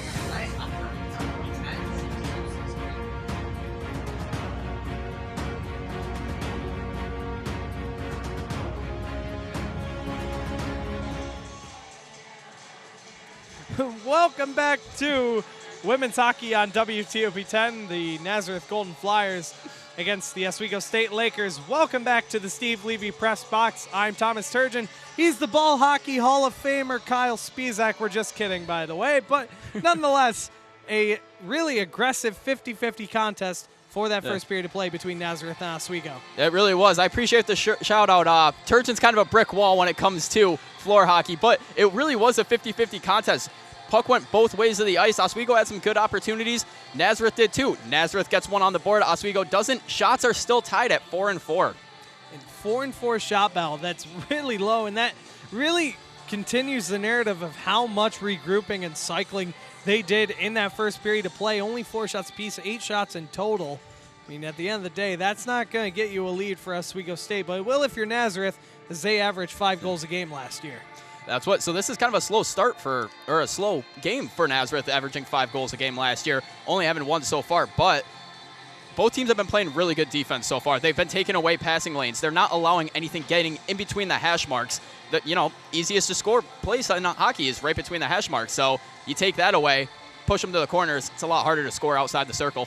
I think one of the things that both teams were able to look at and really see what they could do better in was special teams. I mean, we talk about it a little bit. Both teams had 2 power play opportunities apiece. Nazareth going 50%, we talked about their power play in the first period. Oswego going 0 for 2 so far, but 1 for 2 on the penalty kills. So at the end of the day, you look at what needs to be improved upon, what has worked and what has not worked for both teams. One of the things that really does need to improve is Oswego's power play, and that's the same story that we had last year. They really struggled when it came to the power play. They can't find the back of the net. They have great puck movement, but when it comes to banging it home, getting shots on net, it's just not quality shots, or they're just not getting the shots off in general. Nazareth, though, how can you improve? You got your 2-2 on the penalty kill, 1-2 on the power play. You're getting good opportunities. If you're Nazareth, you just got to keep that momentum going on the special teams. And they need to capitalize. I feel like really second period, although there's still another 40 minutes of play. If they get a goal quick here, that's going to be a big stepping stone for the Flyers, let alone a big stepping stone for Oswego State. So nonetheless, both teams have finally taken the ice. New rule protocol is going into this year as only the starting lines will step foot on the ice prior to puck drop. Otherwise, it's a delay of game penalty courtesy of whichever team committed it. Nonetheless, starting line again for Oswego State will be the line of Bednarik, Hall, and Mucha. On the other end, it's going to be Wilginen, Luth, and Nortz for the Nazareth Golden Flyers. Hall making the pit stop by the bench to see if they can make some racket. Let's see how things play out. Puck is down, second period underway, and Nazareth wins the first face-off of the second period as it's Wilginen carrying it down the left side. It seems both teams really starting this second period with a little more of a pep in their step. As the puck gets knocked down right in front of the Nazareth bench. Many Lakers and Flyers battling for it. Puck comes free. It's Mucha covering it across center ice. Brings it to the left side. Hall for Webster. Brings it back in for Hall. A nice pass over for Zemlak. Zemlak being pressured at the point. Recovered his Webster one-timer shot. And that one's blocked away by Wilginen. Blocked with the left knee, actually. Webster. Or right knee, rather, actually. It's a little backwards, but it's fine. Bednarik with the puck now. A backhand pass. It's intended for Zemlak. Kept in, though, by the Lakers as four of them will peel back. Mucha will come, or excuse me, Hull, rather, will come off the ice. Kirakakis on. Really the exact same thing that happened in the first period. The starting line coming on. The second line is the Haas, Kirakakis, and Malone line. Brought across, a nice move there, but poked away was Zemlak. A shot there from the point was Leiden as that got deflected out in front. As they'll regroup, Cassio bringing it back in the defensive zone. Back up for Van Stralen. To the right side, knocked away was Webster as it goes off the skate of Cassio and back into the Oswego defensive zone. Webster and Zemlak have been out there for quite some time, almost a minute 30 now. Kirakakis back for it as she'll bring it in. Down the left side, Malone with her for support. His backhand away, kept for Haas. She'll cycle it back down low. Kirakakis falls down as Nazareth regroups, brought back up to right in front of the bench of Nazareth. It's cleared out up to center ice. Haas takes the intercepted pass, brings it right back in, looks for a nice toe drag, and that's taken away by Plevsigraf. Great defense there by Haas, not giving up on the play. Turns it into a turnover. Dumped right back in, though, was Booth for the Lakers. Haas getting off the ice now. His third line coming on. It's going to be Shines, McGrath, and Grugan. It's grabbed back by Leiden. Hits one off the wall as Shines threw her a hit. Fed out in front, was looking for McGrath. She gets sticked away in a nice, Nazareth gets away with shoulder, one on there. but Gurley with a aggressive shove there, and Waitress. And another one down. It looks like Jones being thrown into the boards now. As she'll fall down, she'll get back up. But a very physical start to start the period, and you can hear the ruckus on both ends of the bench, whether it's Oswego, whether if it's Nazareth. Yeah, the Route 104 rivalry is starting to really seal itself into existence. Yeah, it's starting to heat up. Nazareth got really lucky on that one, getting away with a penalty, putting a shoulder right into the chest. McGrath taking it away, and it's grabbed back, though, by Nazareth. A 2-on-1 if they hurry. Shell is back to prevent that from happening. Lauren Shell flips right back up for Shines, intended for Grugan, and can't get it in as Nazareth will grab possession back. It's taken away by Shines. She'll get angled away by a flyer out in front of the goal of Hoff. And this Nazareth team so far in the second period, they've just been quicker than this Oswego team. They've come out with a lot more fire and a lot more heart. Oswego seems like they're a bit slow. Like the intermission kind of hurt them, if anything. One thing to note, Nazareth does have a new goaltender in net. It's going to be number 33, Micah Paquin from Richmond, Quebec. Coming into today's contest, a freshman, as Oswego State will try and contest her for the first few shots of her NCAA career. And Tadia gets taken down. Her helmet goes flying all the way to the blue line. She kind of gives a shrug. She'll recover the loose bucket, and Oswego will go to the power play again. It's going to be Zoe Dupuy going to the box for the Golden Flyers, and we talked about this game getting physical, as we'll see the replay here. And that's something you don't see very often in the sport of hockey, Tom.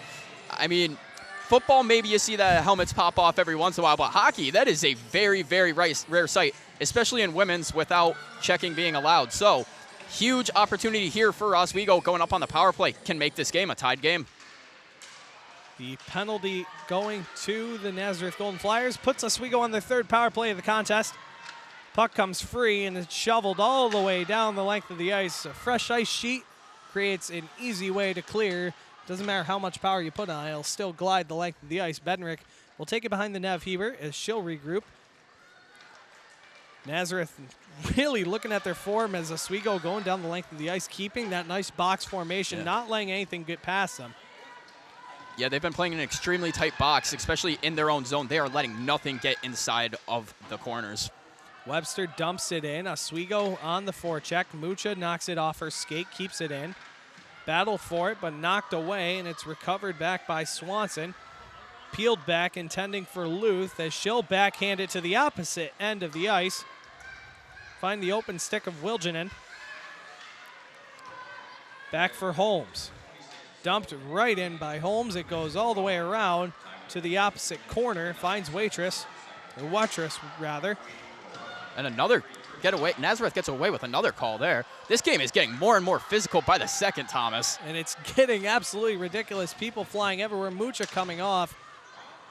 Oswego looks to try and get something on the power play. Nothing so far. Grugan for Webster, who has been out there for the full minute 30 so far. Webster carrying across the left-hand side. Brought back in. It's all by herself. Finds Shine. Shot blocked away. The first shot really that Paquin has been able to face, as the puck will get chipped out and out of play. 21 seconds remaining in the power play.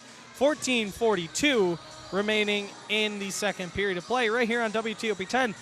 Oswego State trailing 1-0 so far, and we'll take a look at this last opportunity as it goes just wide. Nice shot. Waffle boards that one away for Paquin. And one thing I've noticed about this Nazareth team, Thomas, is they play a very, very unique style of power play. They are running the box formation, but they play it very aggressive, which has played out well to their advantage. Shot by Zenstein, a huge block, as you could hear it off the plastic by Miller Johnson. Haas gets hooked, but it's cleared out, and Nazareth will go 3 for 3 so far on the penalty kill unit on the day. It's taken away by the Golden Flyers. It's Cassio behind the net. She dumps it right back down. They're just bundled with energy right now. Kirakostas looks to chip it out, kept in by Plufsagraf. As she'll take it away. Shines gives her a little bit of a shove, a little bit of a collision, but no harm, no foul. She'll carry down the left-hand side. Shines tries to get by as she gets shoved by Holmes, and Oswego just can't get anything going when it comes to the dangles today. No, they gotta stop doing it. It's simple as that. It's not working. This team is too disciplined, and Nazareth is too disciplined. They're not gonna bite on those moves. They're gonna play the body. They're gonna stay in front of you and push you to the corner. Nazareth retaining possession in their own defensive zone. It's Swanson looking to move it up ice, as she will all by herself down the left-hand side, or really the far side, and dumped right back in. As Nazareth will get a change. It seems pretty consistent. They're confident playing with this 1-0 lead. A nice move by Malone. Finds Corbett, as she'll go off the ice for a change. Corbett will dump it in. Balfour in the corner. Corbett fed up top. A shot on. That bounces away. Rebound to Tadia, who looks to capitalize on the backdoor. Cannot. Jones again at the point. Tries to keep it in. Finds Booth. Booth coming on. Shot there. Deflected. And it looked like it hit the glass and then the netting, but regardless, it'll hit the top of the goal and be on top of that netting instead, as we'll have a whistle. Yeah, right off the iron there, as we see coming down. A nice move by there. Loose move there by Jones. Gets the shot off. Great opportunity by Tadia, just not able to put in that second chance opportunity right here. We see it goes right off. She blocks it to the side. Nice kick move trying to get it on her stick. Very nice foot-to-stick coordination. Booth again at the point. Gets a shot through. And that one stopped by Paquin. And some extracurricular going on after the whistle there. Some pushing and shoving, and this game by the minute is getting more and more physical. And a huge stop there by Micah Paquin as Oswego now in leading the shot bell as we see the shot there just eating right up. And you talk about extracurricular activities. It is family and friends weekend, so there is plenty to do around campus nonetheless. 12:35 remaining in this second period of play. So like you said, 7 minutes into this period, and they have 4 shots this period. That is the total of what they had in the first. So Oswego getting good roll on the shot category, but nothing has gone in yet. Shot there by Van Stralen. It's smothered by Joanna Heber. The rebound came up, and she just scooped it right up in the gloves. Right in the bread basket. Right in the bread basket is right, as she'll get her 6th shot on goal so far. 5 saves for 33 in green. Corbett on the draw as it's still battled for it. Found by Tadia. Intended for Burke, and nothing there. Scooped up by Tadia. She was all over the place last weekend, whether it was falling, skating, trying to produce opportunities. No luck in getting her first points as a Laker. Zemlak looked to pinch and keep it in. Took the angle wrong. Sent in by Burke. Tadia looks to burn by the defenseman to get a rebound, but Paquin will cover it up. Like you said, Tadia without a point so far in the first, well, they've only played 1 game before this so far, but without a point so far here in the season. But if she keeps playing the way she is, she may be the fastest player on this Oswego team. If she plays the way she is, points are going to come naturally. One of the things I noticed, assistant coach Maddie Paul just gave a signal, the number 5 on her hand, and curious if that was a face-off situation on how they wanted to be set up and what they would do if they won the draw. But either way, it's taken away by Nazareth and brought in by Nortz. Knocked down is Mucha. She'll carry it away. To send up the boards for Hull. Kept in is Holmes. Knocked down was Mucha as he'll spin like a top closer towards goal. Luth battling for it. She'll get taken down. This is brought all the way back in the neutral zone by Wilginen as Nazareth completely okay with bringing things back and regrouping. Yeah, you mentioned that earlier in the first period and in the intermission. They have been doing that a lot this game. They like to bring it out and regroup. It allows them to get more opportunities, get those rushes. Shot there by Swanson was blocked away by the pant leg of Bednarik as it's Webster pulls a little 360 and brings it to the other side. But how about a nice mid move there? Some nice escape turns. One of the most effective moves in the game of hockey. As Mac Hull sticks it in, and just to get it in deep to the offensive zone, puck came out by Paquin, but cleared right back into the corner. Corbett looks to keep it in, shovels it back to Shell rather, and that'll go back behind the net. As Holmes carrying it by herself with a little bit of speed. For Skabinski trying to dump it in. Shell holds the blue line, her own defensive blue line. Burke looking for Tadia. Tadia down the right side. Behind the net now is Tadia. Fed out in front was Burke, and she whiffed on it. A huge opportunity for Lizzie Burke, and she could not get a good stick on it. Corbett able to cycle it back in, shifts it to the opposite corner as she'll go off the ice for a change. But man, a huge opportunity for Lizzie Burke, and just couldn't get enough stick on it there. Yeah, and Tadia making me look smart. As I just said, her speed will allow her to get those opportunities to put points on the board. She went around, fed it right to Burke in the front, but she whiffs on that. Great opportunity, though. If Oswego keeps piling those on, it's only a matter before one hits the back of the net. Dumped right back in by Oswego. They're starting to lead the charge offensively, really. Nazareth trying to play with that lead, like I mentioned. It's taken back by Kirikakis, knocked back down in center ice, and Miller Johnson carrying it down the near side. Miller Johnson shot, that goes off the glove into the boards, into the opposite corner. Grabbed back is Malone as she gets sticked away, trying to clear the zone and fly. Haas gives a shove on Casio as the Lakers will reset. Shell on the left side. She looks to dump it in to the far side. Haas racing for it, nullifies the icing. Looks to pull a toe drag away, cannot, as they'll battle for it in that corner. Haas finds it, is still along the boards. Grugan joins in, and now it's a 3-on-2 the other way. Grugan and Haas on the back check as it's dumped in now by Watrous. Behind the net is Preston battling for it, and Jones. And Preston gives a shove on Watrous. She's been a bone to pick with everyone, it seems. It's carried by Kira Costas. It's clear it's clear that Watrous is the menace of this team. She's out there to make people angry, get in their head, and take them out of the play. It's taken back by Nazareth as Preston would angle Jones away. There's another Jones on Nazareth now. We mentioned Lauren Jones, the previous Jones on Nazareth. Lauren Jones on Nazareth previously. And it was Alexis Jones for Nazareth now. And there's been some things for Oswego that have been really good in this period so far. Right here, that opportunity I mentioned, Tadia throws it right in front for Burke. Burke just happens to miss that. But in the defensive zone and in the offensive zone, Oswego has had some positioning issues in the offensive zone, having 5 people on the same side of the ice, and in the defensive, two defensive players behind the net. You cannot have that happen.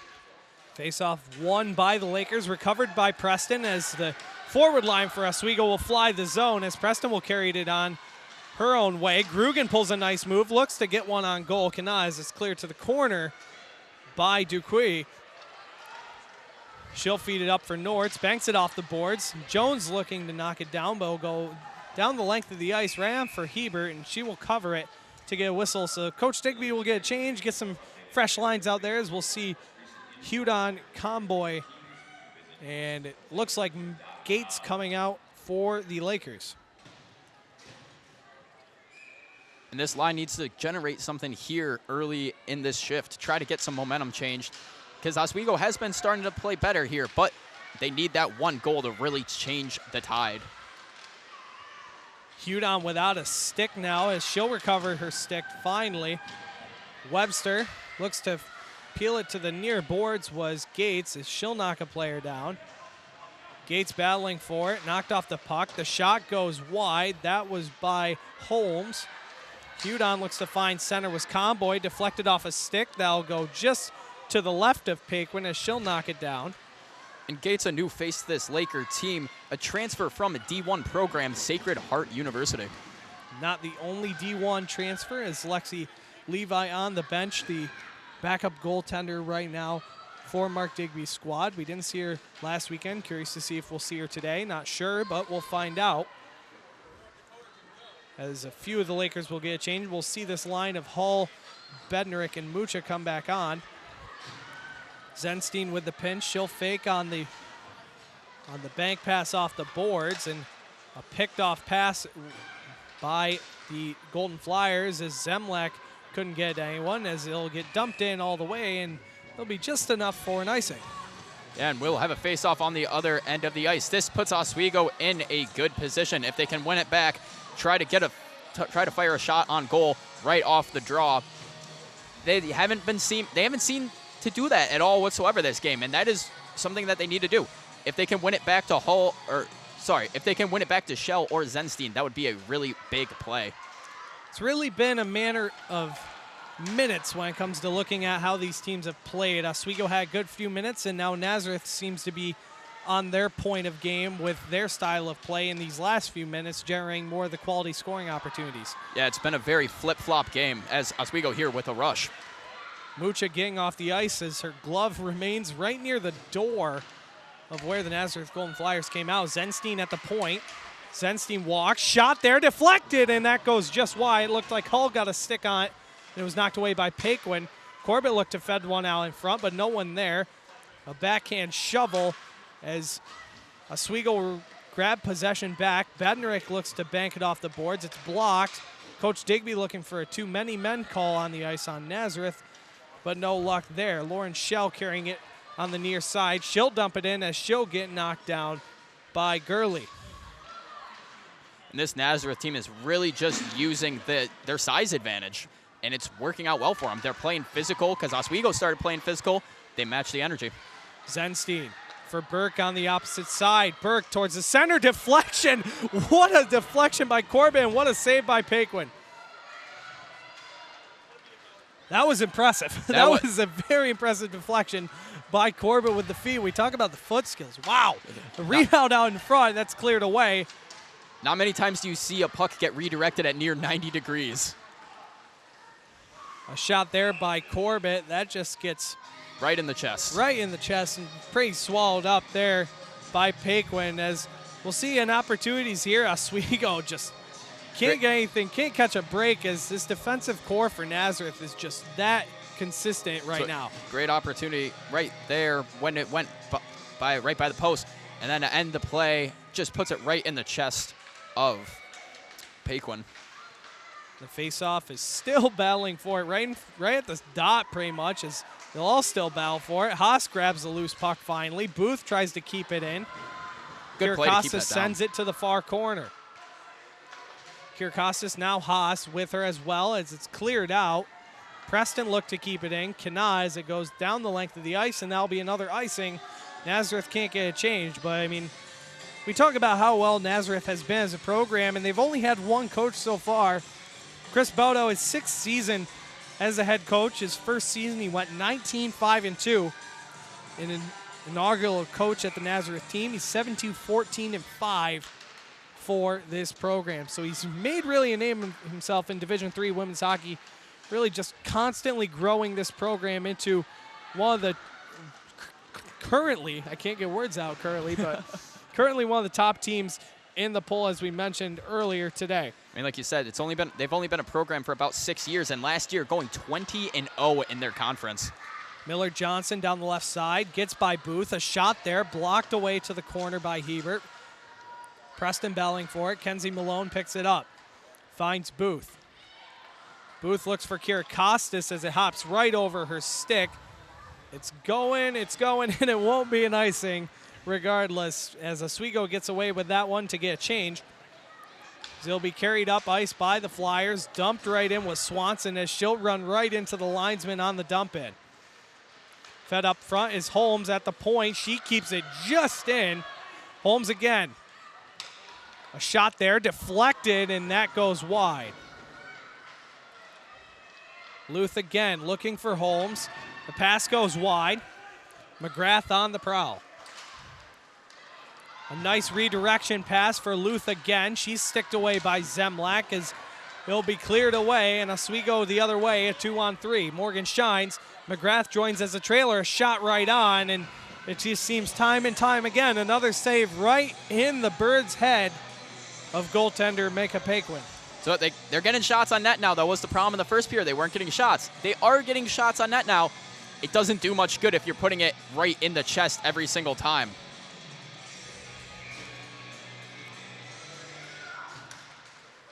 Face-off won by the Flyers, and it's taken away. Cassio finds it the other side is Jones. Kept in, though, by Hudon. And it's taken as Comboy will battle for it.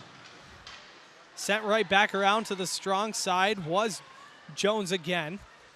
Nazareth Jones, I must correct myself. Nazareth Jones is Alexis Jones. It's kept in by Comboy. Shell keeps it in at the point. Fires one on goal. Save. The rebound comes free.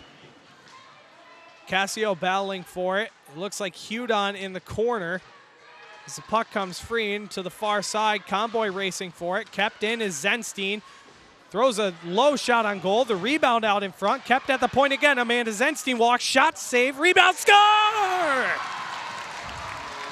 Finds the back of the net. Mia Comboy on the loose rebound. We have a tie game. And that's exactly what we've been looking for the last 40 minutes, Turge. That play right there. Zenstein with a great rip from the point. Rebound opportunity as we look right here. Zenstein gets it. She takes a nice shot. Gets blocked in front by some of the defenders. But Hudon is able to just punch that right in there. Right past the pad of Paquin. Oswego ties this up 1-1. Oswego now with a tie game, back the way we started, a 1-1 tie. And Megan Gates ending up capitalizing on that goal, as we saw in the replay there. It looked like it was Comboy originally, but Gates will get the goal for her first point in the green and gold. And that's a big moment for her and this Oswego team. Now they got some momentum going into this game, Turgeon. Hull dumps it in. Bednarik racing forward on Swanson. Hull to join her. Booth pinching now. An aggressive tactic, and now almost a 2-on-1 the other way, but the missed pass finds Jones to dump it right back into center ice. Bednarik looks to regroup. Hull takes it, trying to find Mucha. Just drives by was Miller Johnson. He's grabbed back by Mucha. Mucha for Bednarek, a one-timer, pad save. Ever since that goal, the Oswego team is now absolutely buzzing and getting those opportunities and looks in front as we have an icing. And we saw Booth battling for it there on the icing against Haratani. And Maya Booth coming in from the St. Michael's College Division I program, another transfer. Made the team as a defenseman, another defenseman. We asked coming into this season, how many defensemen is Coach Digby going to carry? And it seems like we have his number sitting at 8 currently. That's what they have, a very big back-loaded defense. But that is a really good thing for this Oswego team because Zenstein and Webster, both seniors, are really the leaders of their defense. Oswego State carrying it away. It's battled back by Nazareth and dumped in as they'll go to the near side wall, finds Webster. Bounce out in front and a really bad bounce. Corbett battling for it and tying up the flyer out in front. That was Skibinski, and fortunately didn't get anything going there for Nazareth. Yeah, a little bit of a skip of a heartbeat there. Puck just kind of bounces right in front of Hebert. Luckily, it was close enough to the point where they couldn't really get a good shot off and just capitalize it. Shot there, she scores! Right off the draw, it's Watrous with the goal. The Nazareth Golden Flyers jump right back. Ali Watrous, the senior, taking the Golden Flyers lead back up to 1. I think Oswego really just got burned quick. Yeah, and that was just a great play right there. Right off the draw, they get it right over to Watrous, and she just pokes it right behind Hebert. A great face-off win, going on the forehand, pushing it back, just gets it right under the glove. And Watrous now has a point on the board, as well as she's really been intimidating with her body out there this game as well. A physical presence on that line for Chris Baudo's squad as the Flyers take a 2-1 lead going into the final minute of play. A crucial blow to the Lakers so far, who have had a good second period. Malone back out front for Kira Costas as she got tied up. Haas grabs it back, fires one on goal. That gets blocked off a few skates and in the opposite corner. Malone for Shell. Shot there, deflected and carried over to the near side wall. Watrous with the leading goal so far, as Abby Luth will get the assist on that one right off the draw.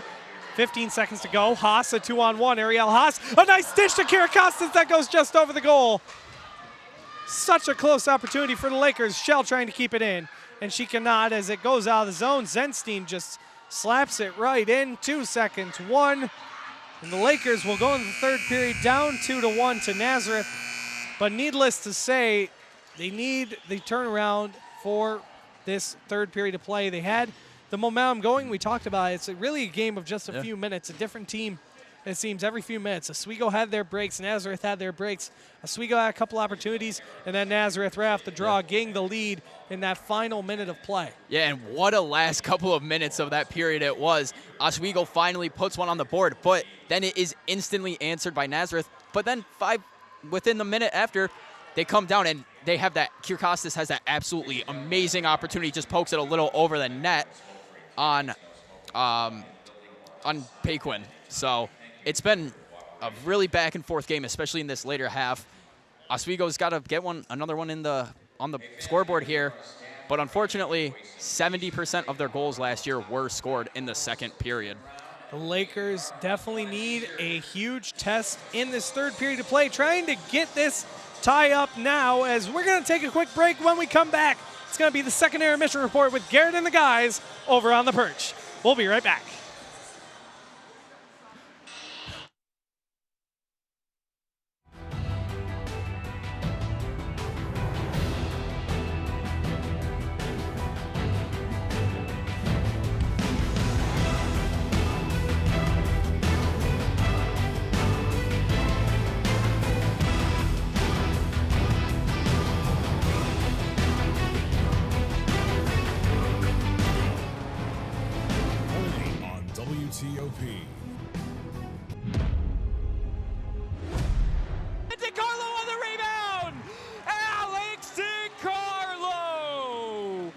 It's been a wild game so far. A lot of high scoring, so definitely tighten it up and play out that full 60 minutes.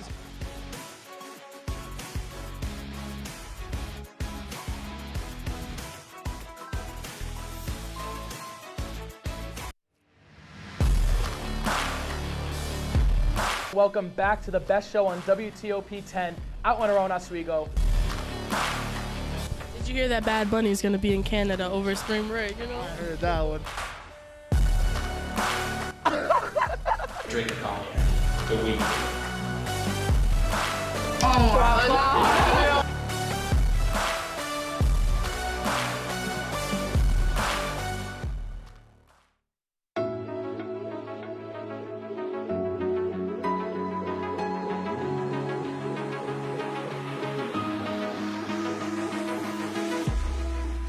Roll it.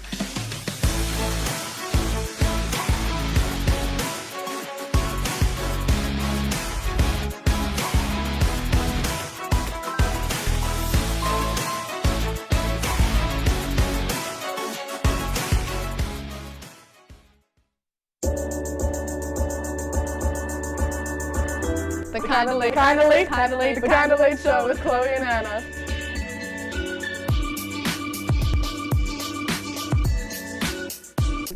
Like licorice, Twizzlers, absolutely nasty. The thought of turkey is just nauseating. I think you're wrong, is what I think. You think I'm wrong a lot of times. I do think you're wrong a lot.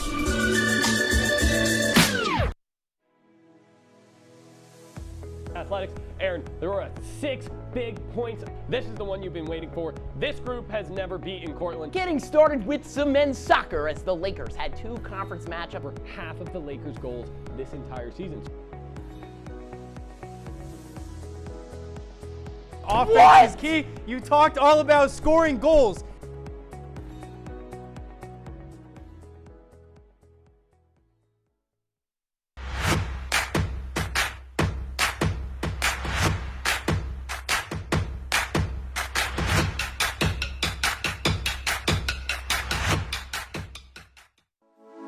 Good evening and welcome to WTOP 10 Nightly News. For the governor race with a strong lead, former Governor Andrew Cuomo is... Barlow announced the completion of a large building mural in downtown Oswego. The renovations on the Hewitt Union Building, turning it into the new Hewitt Hall. And as we move into tomorrow, that rain is going to be in our area. Moving to the Diamond now, as Sweet Caroline got a lot sweeter last night.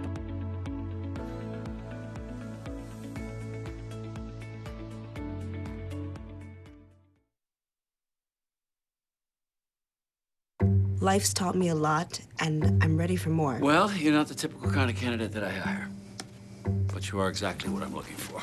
Your company could be missing out on the candidates it needs most. Learn how to find a great pool of untapped talent at gradsoflife.org. We've been marinating chicken in all sorts of liquids for 24 hours.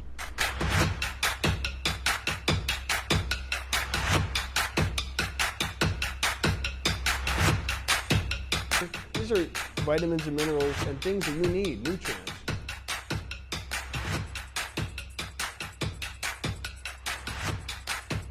The chicken speedy is a staple of our culture.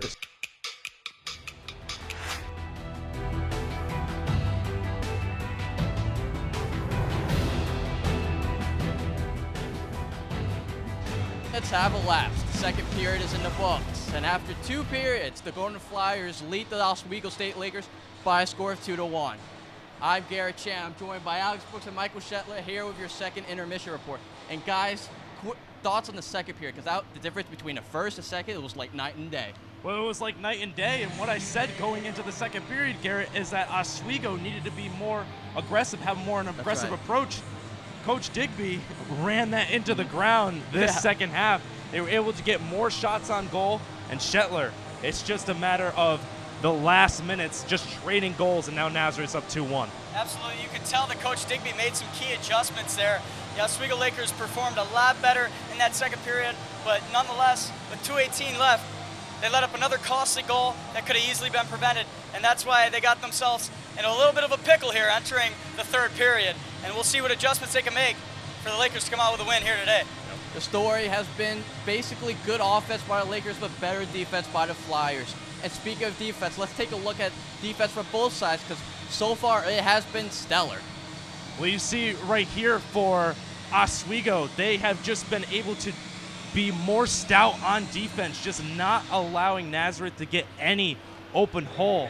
And it's just been a really different approach for Oswego, getting more physical in the trenches and being able to not let Nazareth get any advantage and get any momentum. Yeah, absolutely. I mean, the Lakers were able to get on the board. Megan Gates, assisted by the former Golden Flyer, Taylor Hudon, in a fantastic goal, but unfortunately, Nazareth able to answer just right back, and that's got to be stopped heading into the third here. Yeah, and Nazareth just seems like they're not biting on anything that Oswego is giving them. Nazareth just being able to just be a brick wall, like Hoff has just only allowing one goal. Without a doubt. She only allowed 2 goals all last season. Yeah. And it's been an impressive game on both halves, and it's been a defensive stalemate so far. Yeah, Kyle mentioned this during the broadcast during the second period, that some of it, Lakers had some positioning issues, but when they were able to get in the right place, it was just good defense by the Golden Flyers. And let's actually move on to the chances for both sides. Offense has certainly picked up for both teams, and they all had great opportunities, and it led to a goal from each side. Yeah, and what I was going to say before those last minute guys is that second chance goal opportunities for both teams haven't been it, but once those 2 goals happened, it was second chance for both teams, as you see that the Oswego goal from Megan Gates, it was assisted by Taylor Hudon and Mia Convoy. And Shetler, Nazareth, your player to watch, was assisted by my player to watch, Abby Luth. Talk about the Nazareth goal right there. Oh, yeah, I mean, couldn't have predicted it better. Both of the studs on the Nazareth team, yeah, they answered right back with a ripper of the shot by Ellie Retraus. My player to watch, and right back to your player to watch. It was a fantastic goal and something that the Lakers just can't let up, because they were in a great spot, but now they got to play come from behind, and that's something you never want to do at the Deb here today. McKinley Hoff, for Nazareth goalkeeper, has been on her game today, and she has done a great job. We said it. She's been a brick wall in net, and she's done a great job in the first 2 periods so far. Yeah, she has been just that brick wall, as we've mentioned. It's just, and we go to the replay here. Oswego going in there, but it's just Hoff being that brick wall and just being in the right place at the right time on most of these plays. Yeah, minus that 1 goal. Good luck getting anything past Hoff. An uncharacteristic, goal, but it came off the second chance opportunity, and that might be what they have to do to get this puck back in the net, because Hoff, for lack of a better term, she's a monster out there. Yeah, and it's definitely when you have to put the pressure in the trenches for Oswego and put the pressure on this Nazareth defense, because if they are not going to put the pressure in the trenches, then they're not going to be able to get any good scoring opportunities and any second chance opportunities to come out with a victory. We talked about how the first and second period were night and day, and part of that was also the penalties. A lot less penalties, a few power plays, but so far it seems like the aggression is toned down just a little bit, but we've still seen some big hits. Yeah, and also I'd just like to mention that Oswego's communication has been much better this second half. They have been able to get more aggressive and more shots on goal for them. And then also Nazareth have just been doing what they need to do and being able to score a bounce-back goal against Oswego after tying it up was just huge. Yeah, absolutely. Start of the second was a little chippy, but both teams started to play a little more fundamental hockey out there, and we're going to see what they can do heading into the third, because it's anybody's game. We alluded to this earlier. The Oswego State Lakers got on the board very late in the second period. A goal by Megan Gates, who got her first point out as a Laker. And guys, just break it down what we saw here. Oh, we saw here with Megan Gates able to get that goal from Taylor Hudon. You just look in the replay here. Pressure from Nazareth, and it just was all back and forth between each other, but Oswego able to get a chip off the goal and being able to put it in the back of the net for Oswego, as you see there.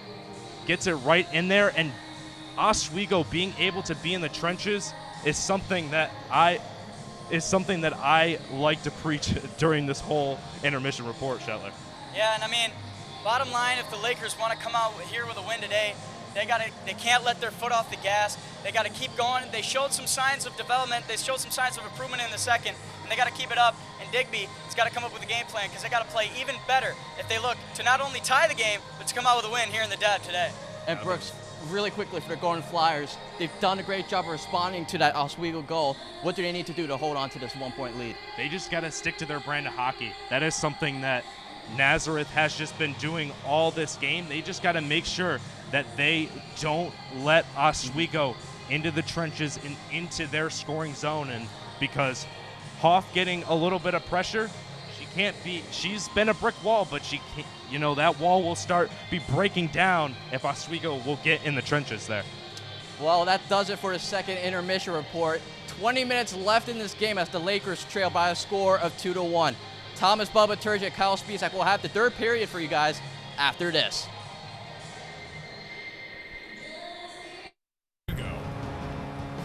Only on WTOP. DiCarlo on the rebound! Alex DiCarlo! Yeah, it's been a wild game so far. A lot of high scoring, so definitely tighten it up and play out that full 60 minutes.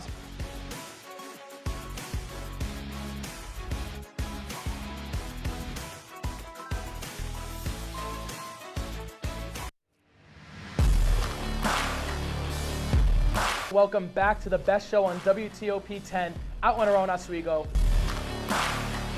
Did you hear that Bad Bunny's going to be in Canada over spring break, I heard that one. Drink cognac. The week. Oh my God.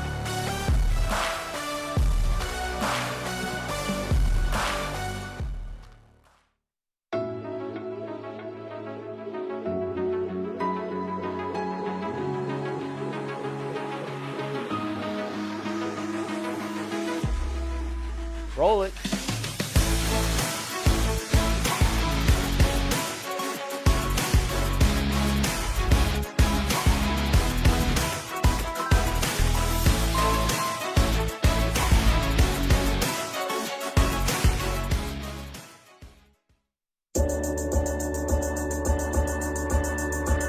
The Kinda Late Show with Chloe and Anna.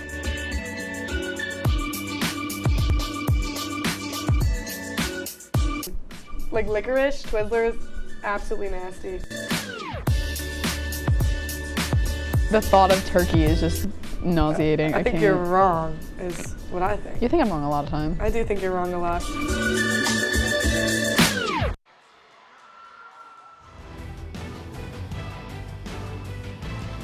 Welcome back to the WTOP 10 in the Deborah F. Stanley Ice Arena. Words are hard, but it's the start of the third period nonetheless, as the Oswego State Lakers will take the ice. Nazareth shortly after, as third period play, 2-1 Nazareth is the scoreline going this third period.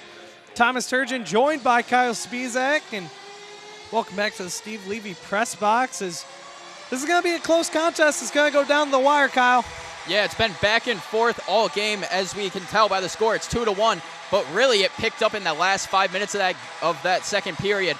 Oswego finally gets one on the board. Immediately after, Nazareth puts one up within the next minute. What happens after that? Oswego comes down, has the best opportunity they probably had all game, just goes over the net. If they maintain that energy coming out, we are in store for one heck of a third period. One of the questions I have for you, though, is if it's still 2-1 going down the final 7 minutes or so, do you start jumbling the lines or do you keep the same? I think you got to start jumbling the lines. I mean, this is an exhibition, so it doesn't have any playoff implications, but it's all about morale and getting ready into the season. Maybe you find a better line that works better, and, going into the season on a win will always help. Huge for morale, as we like to say, and puck is down, third period underway. As the Lakers win the first faceoff of the third period, Bednarik will chip it right in on Paquin as she'll knock it to the corner. Holmes peeling back now for the Golden Flyers. Is grabbed back, though, by Bednarik. She'll try and keep it in. It goes off the skate of Luth. Webster will dump it right back in. A delayed offsides now as they'll peel back, tag up, and continued forecheck onward as Nazareth will break out now and is taken back. So regroup. It's going to be Swanson dumping it in. Brings it across as Webster. She'll chip it up for Hull as it hops right over her stick for Leiden. Leiden for Cassio, knocked away by Bednarek. Back into the defensive zone. It's grabbed by Zemlak as she'll try and dump it in. Webster covering the back, and Miller Johnson gets taken down. Oswego getting away with a call on that one. That was a clear trip. Miller Johnson now the one that actually did end up falling down from that. Battling for it now as it's grabbed back by Van Stralen. Webster now tries to shovel it up for Haas as she'll get taken to the wall by Miller Johnson. Haas down the right side. Malone will shift to center. Haas can't get by. It's knocked down by Cassio. Miller Johnson just fires it over to the opposite side for Cassio, and offsides is the call. Minute 23 in, we still have a 2-1 scoreline. Shot 16-10 in favor of Oswego State. The 2-1 scoreline for the Nazareth Golden Flyers. Face-off won by Nazareth as it's dumped right back in by Dupuis. Zenstein finds Kirakostas. Back for Zenstein behind the net for Haas. A missed pass that flies by a few sticks. Malone racing for it. Malone brings it in. The short side backhand goes just over the goal. As Malone and Kirakostas collide behind the net, it's kept in though by Shell, and the footwork on this team has been extravagant so far, but it hasn't found the back of the net yet. But you can only think sometime soon that those footwork is going to make up for it in the long run. Grugan the other way. Kylie Grugan down the other shot, save, rebound, cleared out in front. McGrath couldn't get a stick on it. It's opportunities like that that Oswego has to find a way to put home. Just the trailer coming in too slow. You got to be at the front of that net for the rebound, ready and just waiting for it. McGrath for Grugan, sticked in the corner as Nazareth looks to finally break out. A couple good shifts so far by Oswego State coming out of the third period. That one waved off. Preston looks to give a chip pass, but kind of fanned on it. Still progressed forward nonetheless. Zilbow for it. Preston a backhand as it's taken back, though, by the Flyers. It's Skabinski. Gurley battling for it on Jones. Jones pushes her to the corner along with Shines as she'll go down. They're looking for a call. No call there as puck looks like to be smothered by the Flyer that's pinned to the boards was by Jones. Jones relays it around to the other side to free up some spaces. McGrath seems to just be getting chipped at by Skabinski. A drop pass for Shines as she'll get a change. You can see the frustration on this team right now as nothing seems to be really going in the Lakers' favor in terms of passing opportunities, etc. Corbett a shot there, blocked away easily by Paquin to the opposite corner, fed out in front. And that one's stopped away. And Thomas, this Oswego team really just looks gassed out there. They're getting outskated by Nazareth, which is going to be a problem with 16 minutes left in the game if they can't keep that up. Webster racing for it. With her was Plevsgraf as they'll both collide in the corner and be taken down. A chip pass by Burke that was intended for Tadia Kanai and it's dumped right back in by Nazareth. And it seems like a week later, the same thing is starting to happen. Oswego's conditioning still not really at its peak yet, but it's still early in the season. But Nazareth just seems a little bit faster so far. Yeah, they're trying to play too complicated, and that's been a big problem really throughout the game. But you can see it's been intensifying here as they've gotten more tired. They're trying to do more skill moves, make those moves at the blue line. It's got to dump the puck in, and you got to hustle down in the corner and win those battles, try to get it in front of the net. Gates racing for it on Leiden, who had the first goal today so far for Nazareth. So it'll be a 3-on-3 the other way for Nazareth as Wilginen cannot get a shot off there as she'll get taken down. It's picked right back up as Gates. Hudon streaking up to center ice, finding Comboy instead. Comboy brings it towards the corner. Tries to shovel it out in front for Gates, who has the one goal today for Oswego State. Shell shifts it back down low. Comboy peels away from an incoming flyer, and it's cleared by Nazareth as it's carried across by Povlaskraf. Good defensive play by Zenstein, pushing him onto the side. Zenstein looking for Comboy. She reaches for it, gets to it. Fujiyoshi looks to clear it for a defensive partner, Duqui, but it goes all the way down the length of the ice, so a positive for Oswego as they'll be able to get a change pretty easily. Brought right back in. Hull, the lone forechecker there, as Bednarik will stay closer to the slot. Mucha coming in fast towards the half wall. This is grabbed back. Von Strahlen, a streaking pass for Watrous on a breakaway. Coming in. Glove save, Hebert. What a save by Hebert. She really just saved the game for Oswego there, being able to get the leather on that. But let's take a look at here. Oswego's defense collapses there, allowing a perfect pass right up the middle to Watrous. Almost gets a chance for a second goal on the night. If you're Oswego's defense, you cannot let that happen. You cannot let the middle of your defense get split by an offensive player.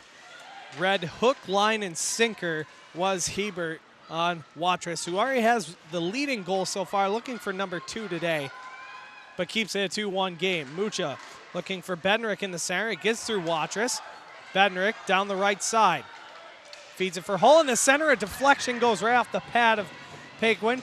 Mucha looked for Booth as it skips over her stick. Watrous trying to get by her as she just pummels her way through. Just outpowered. That is no match for Booth. Is dumped right back in by the Flyers as Holmes will dump it in. Booth with the loose puck as they'll slow things down. A backhand for Bednarik.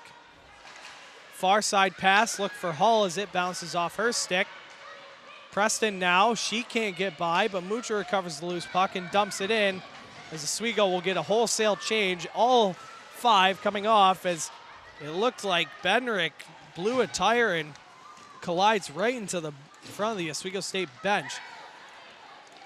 Bednarik looking to be a little bit shaken up after taking that tumble into the bench there. And Turge, Oswego has to capitalize on short shifts. This team already looks tired with 12:55 here to go. They got to minimize how long they're out there, get those quick changes, and conserve as much energy as possible. Haas trying to keep it in with a sweeping stick, but cannot. Webster will bring it in instead as she'll get taken down. Oswego looking for a penalty, but nothing there. Haas with the loose puck. She'll be contested by Skibinski, and it's taken back by Nazareth and fired to the opposite corner. Zemlak on the rush to keep it in down low. An aggressive play by the defender there. Good pinch, but it paid out well. Kept the puck in there. Now a race back. Called off. Webster was racing for the icing that would get nullified, not because of Nazareth beating him out, but because the puck would just not go the distance. Close race, too. Ariella Haas now on the right side, tries to get a shot off. The pad save, rebound out in front.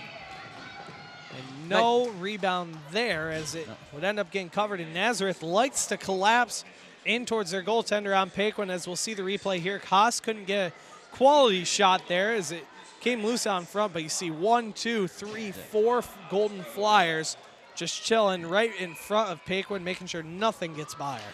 And that's been a solid part for this Nazareth team, not allowing second chance opportunities. Zenstein for Shell. That got deflected just over the goal as see Oswego, Coach Digby rolling every single line so far, so we've seen. Zenstein up at the point. She pivots, looks for a shot there. Deflected. The back door was Grugan. The shot by Shines. That got blocked out in front. As Nazareth looks to clear, it's Fujiyoshi will be able to. McGrath to regroup, and a nice pivot there, a nice cutback. Finds Grugan on the far side. Grugan, a shot on goal. That goes off the outside of the cage. McGrath goes down. There will be a delayed penalty on the play, and it will be a power play for the Oswego State Lakers. That is a trip on Nazareth. Oswego will go to the power play, and it'll be Fujiyoshi again going to the sin bin. Like you said earlier, Turge, this is a game of minutes. Nazareth had their hot streak there where they started going on fire. Oswego flips it down on the other end. Grugan with that shot just goes right off the iron.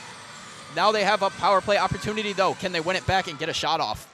Face-off won by the Lakers. Their 4th power play opportunity so far. Haas for Zenstein at the point. Gets one through. Shot saved, and it goes wide. Malone. Haas back down low for Malone. As she'll get contested, she'll cycle it right back down low. Haas wheeling into the corner. Haas back for Malone as they'll trade spots. Zenstein back for Malone, a one-timer that bounces, and a knuckleball puck, and a couple tweets of the whistle. We'll have a stoppage of play. Really a knuckle puck there on Paquin, as we'll see the replay here. Yeah, she just takes a shot there, gets deflected off the stick of a Nazareth player, goes wide. And now coming up, we have another view of that shot. Just that stick deflects it right left of the goal. No shot on net.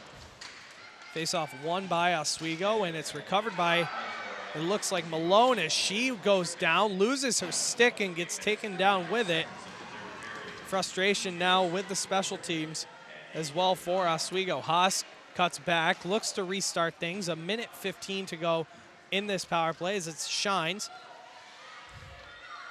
on the far side. Shines with some wheels. Looks to drop it for Malone. Finds Malone on the back door.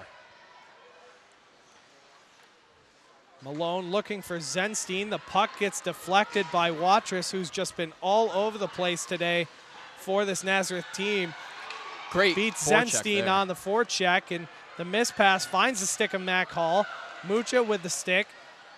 Couple Oswego players looking for a penalty there on Lunenberger. Mucha with the cutback. Protects on her stick, leaves it off for Bednarik. For Webster at the top. As her and Bednarik were swapped. Hall down low. Or excuse me, Grugan rather. Throws one on goal. That one gets blocked and chipped out. Finds out in front. Grugan with a nice aggressive play there. Keeps the puck in and the power play alive. Mucha fed out in front. Loose.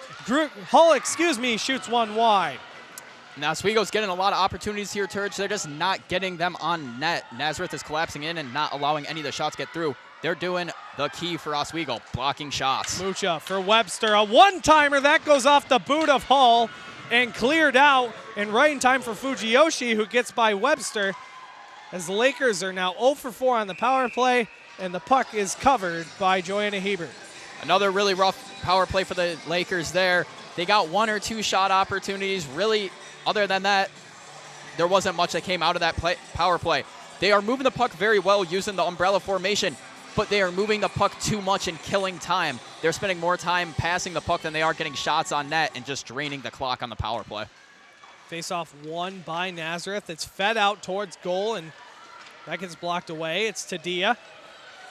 Tadia cutting right in the middle. She gets tied up, throws a backhand spinorama. That goes just wide.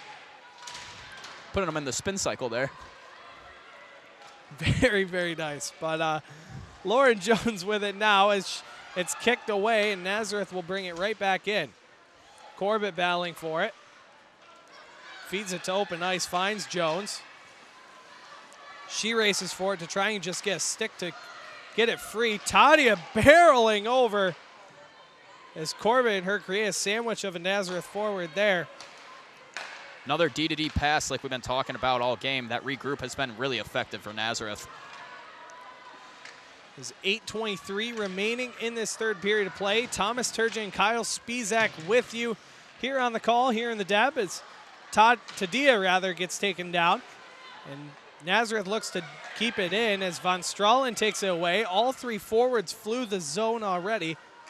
So I think one of the things Oswego is looking at right now is they're leaving the zone too early and not, I know they want to beat Nazareth's speed, but you can't beat their speed if you can't get it out of the zone first. Exactly. They're having really trouble trying to break it out. Nazareth's forecheck is doing really well. Oswego may get it out of their own zone, but then right in the neutral zone, as I just said, neutral zone has been a huge problem for Oswego. Blafazgraf with a nice move, and she gets taken down. Comboy into the corner, and it'll be a penalty for hooking. Comboy will go to the box. Nazareth will go to their 3rd power play of the game. Capitalized on the first, was unlucky on the second. How about the third? We'll find out. 7:36 remaining as we'll see the penalty here. Yeah, and that's not a call you want to take there. She already had the lane going into it.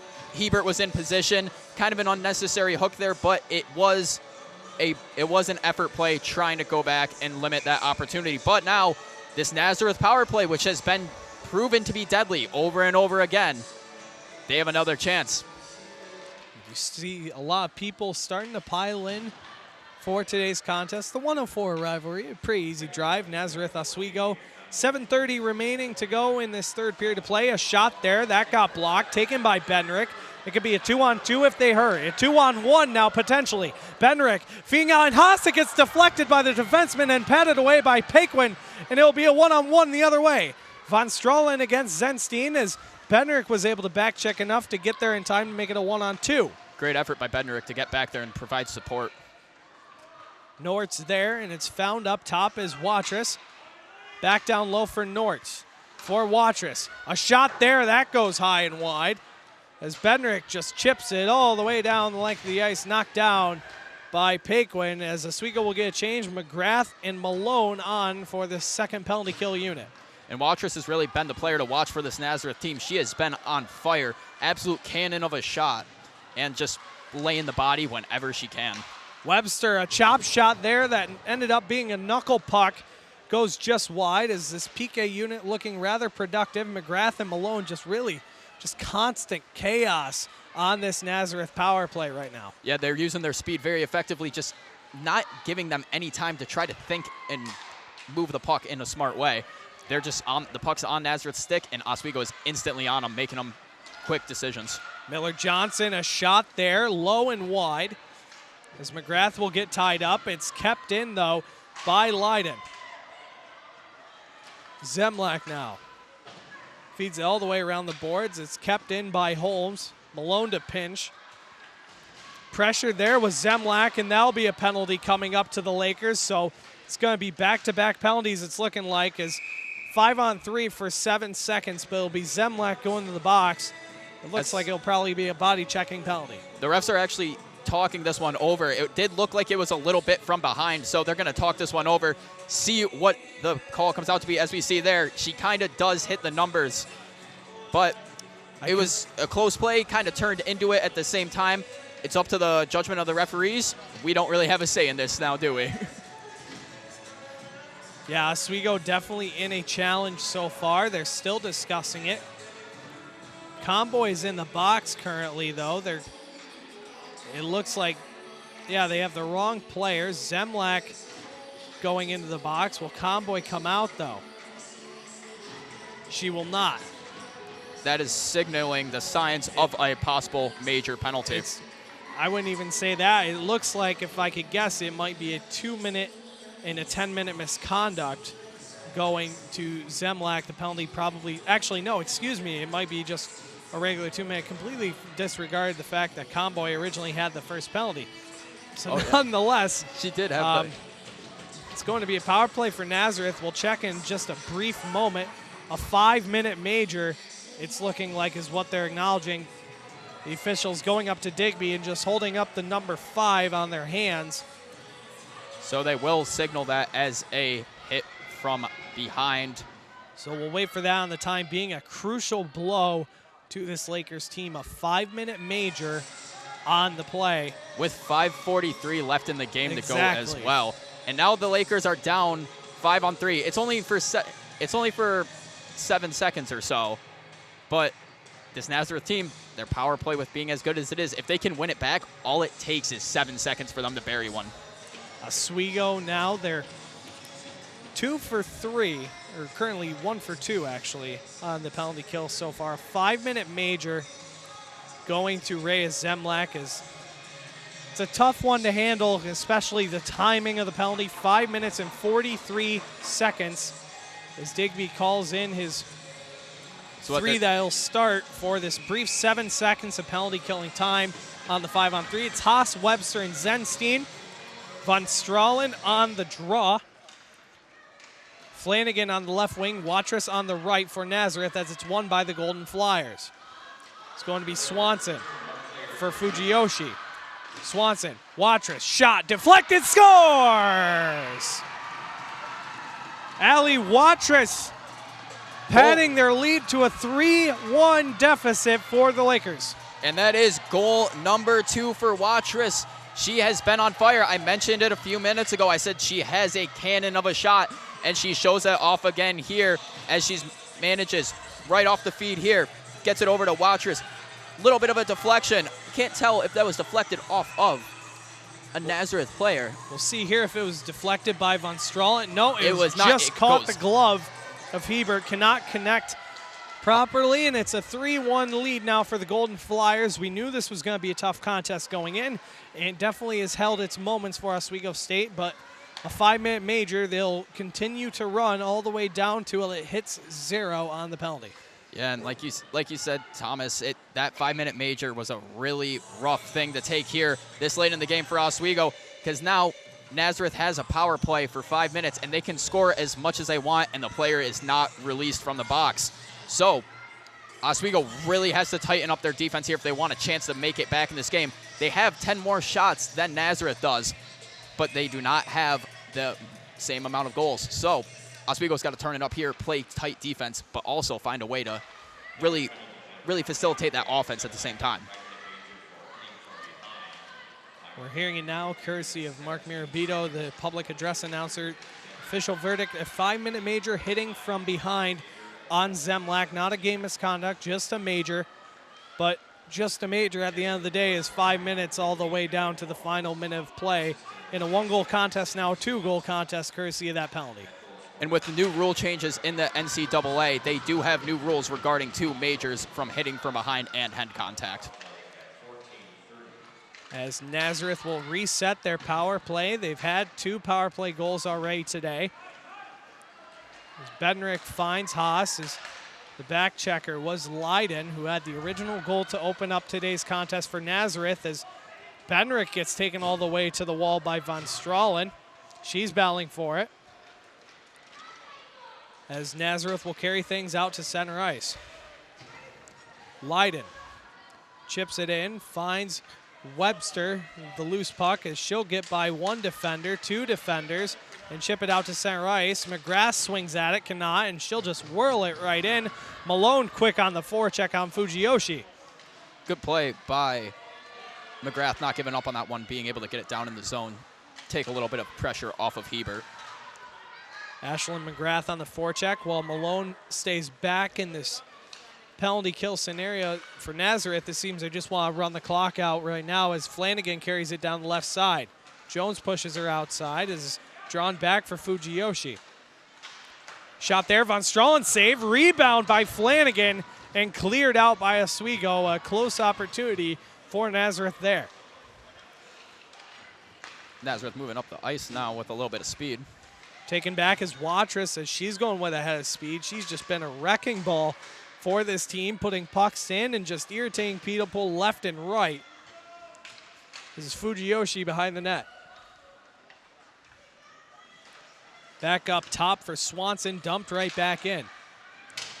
Webster battles for it. She gets tied up. Skabinski for Watrous. Back for Skabinski. Behind the net, pulls a cut back on Booth to free up some space. Watrous over to the opposite side. Shot there. That gets blocked by Webster. A chop slap shot that goes the length of the ice. Paquin slows it down on the ricochet off the boards as looks like Burke with some speed there. Good pressure, good forecheck here from Oswego, putting some pressure on Nazareth's defense. As Blasgraf will take it away, get by Booth, bring it behind the net. Finds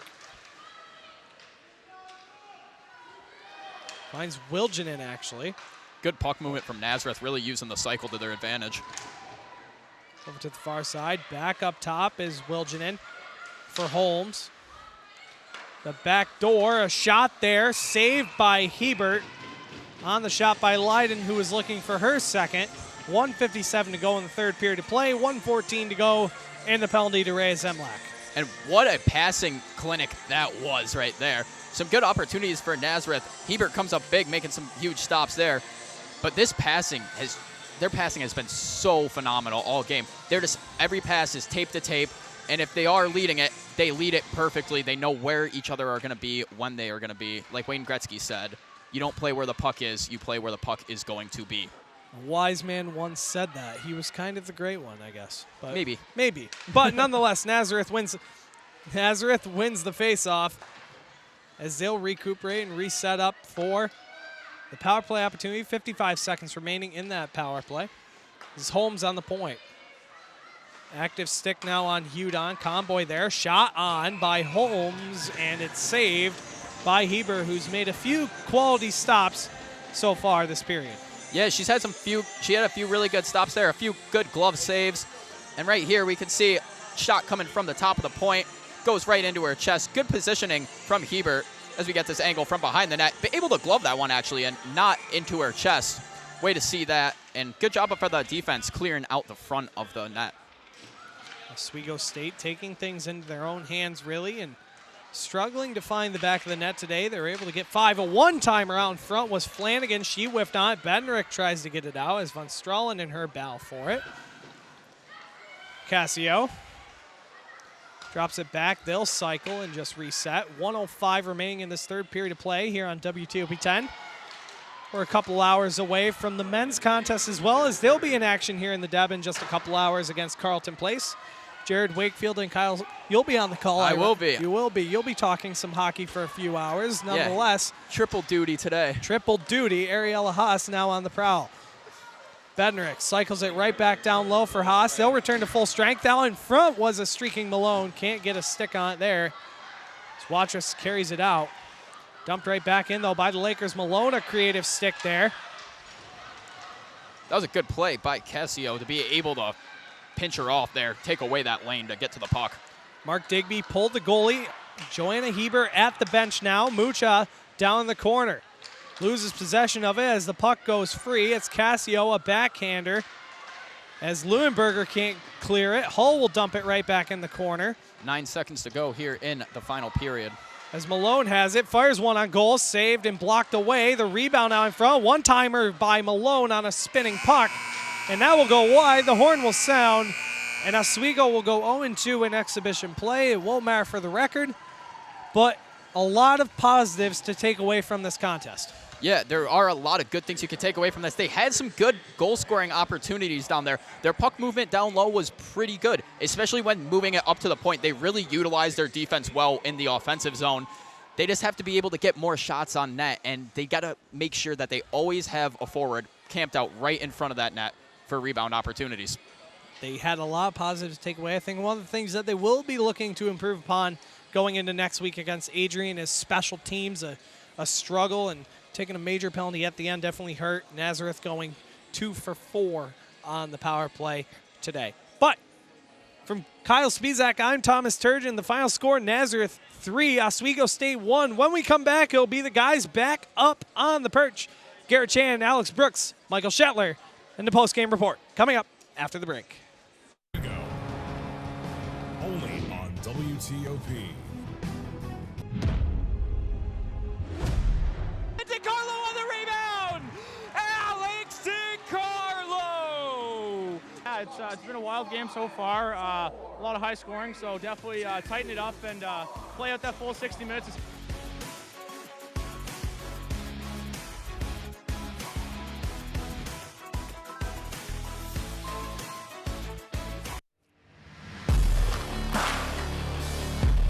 Welcome back to the best show on WTOP 10 out on our own Oswego. Did you hear that Bad Bunny's going to be in Canada over spring break, you know? I heard that one. Drink the cognac. The week.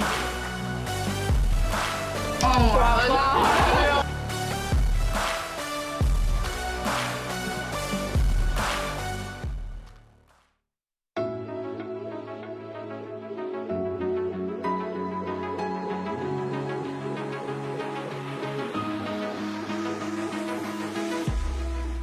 Roll it.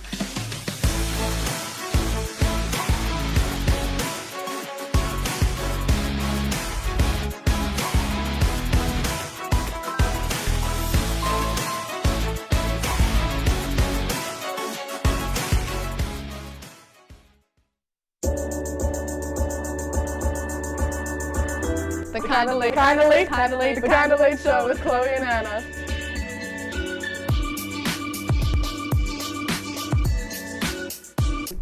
Like licorice, Twizzlers, absolutely nasty. The thought of turkey is just nauseating. I think you're wrong, is what I think. You think I'm wrong a lot of times. I do think you're wrong a lot.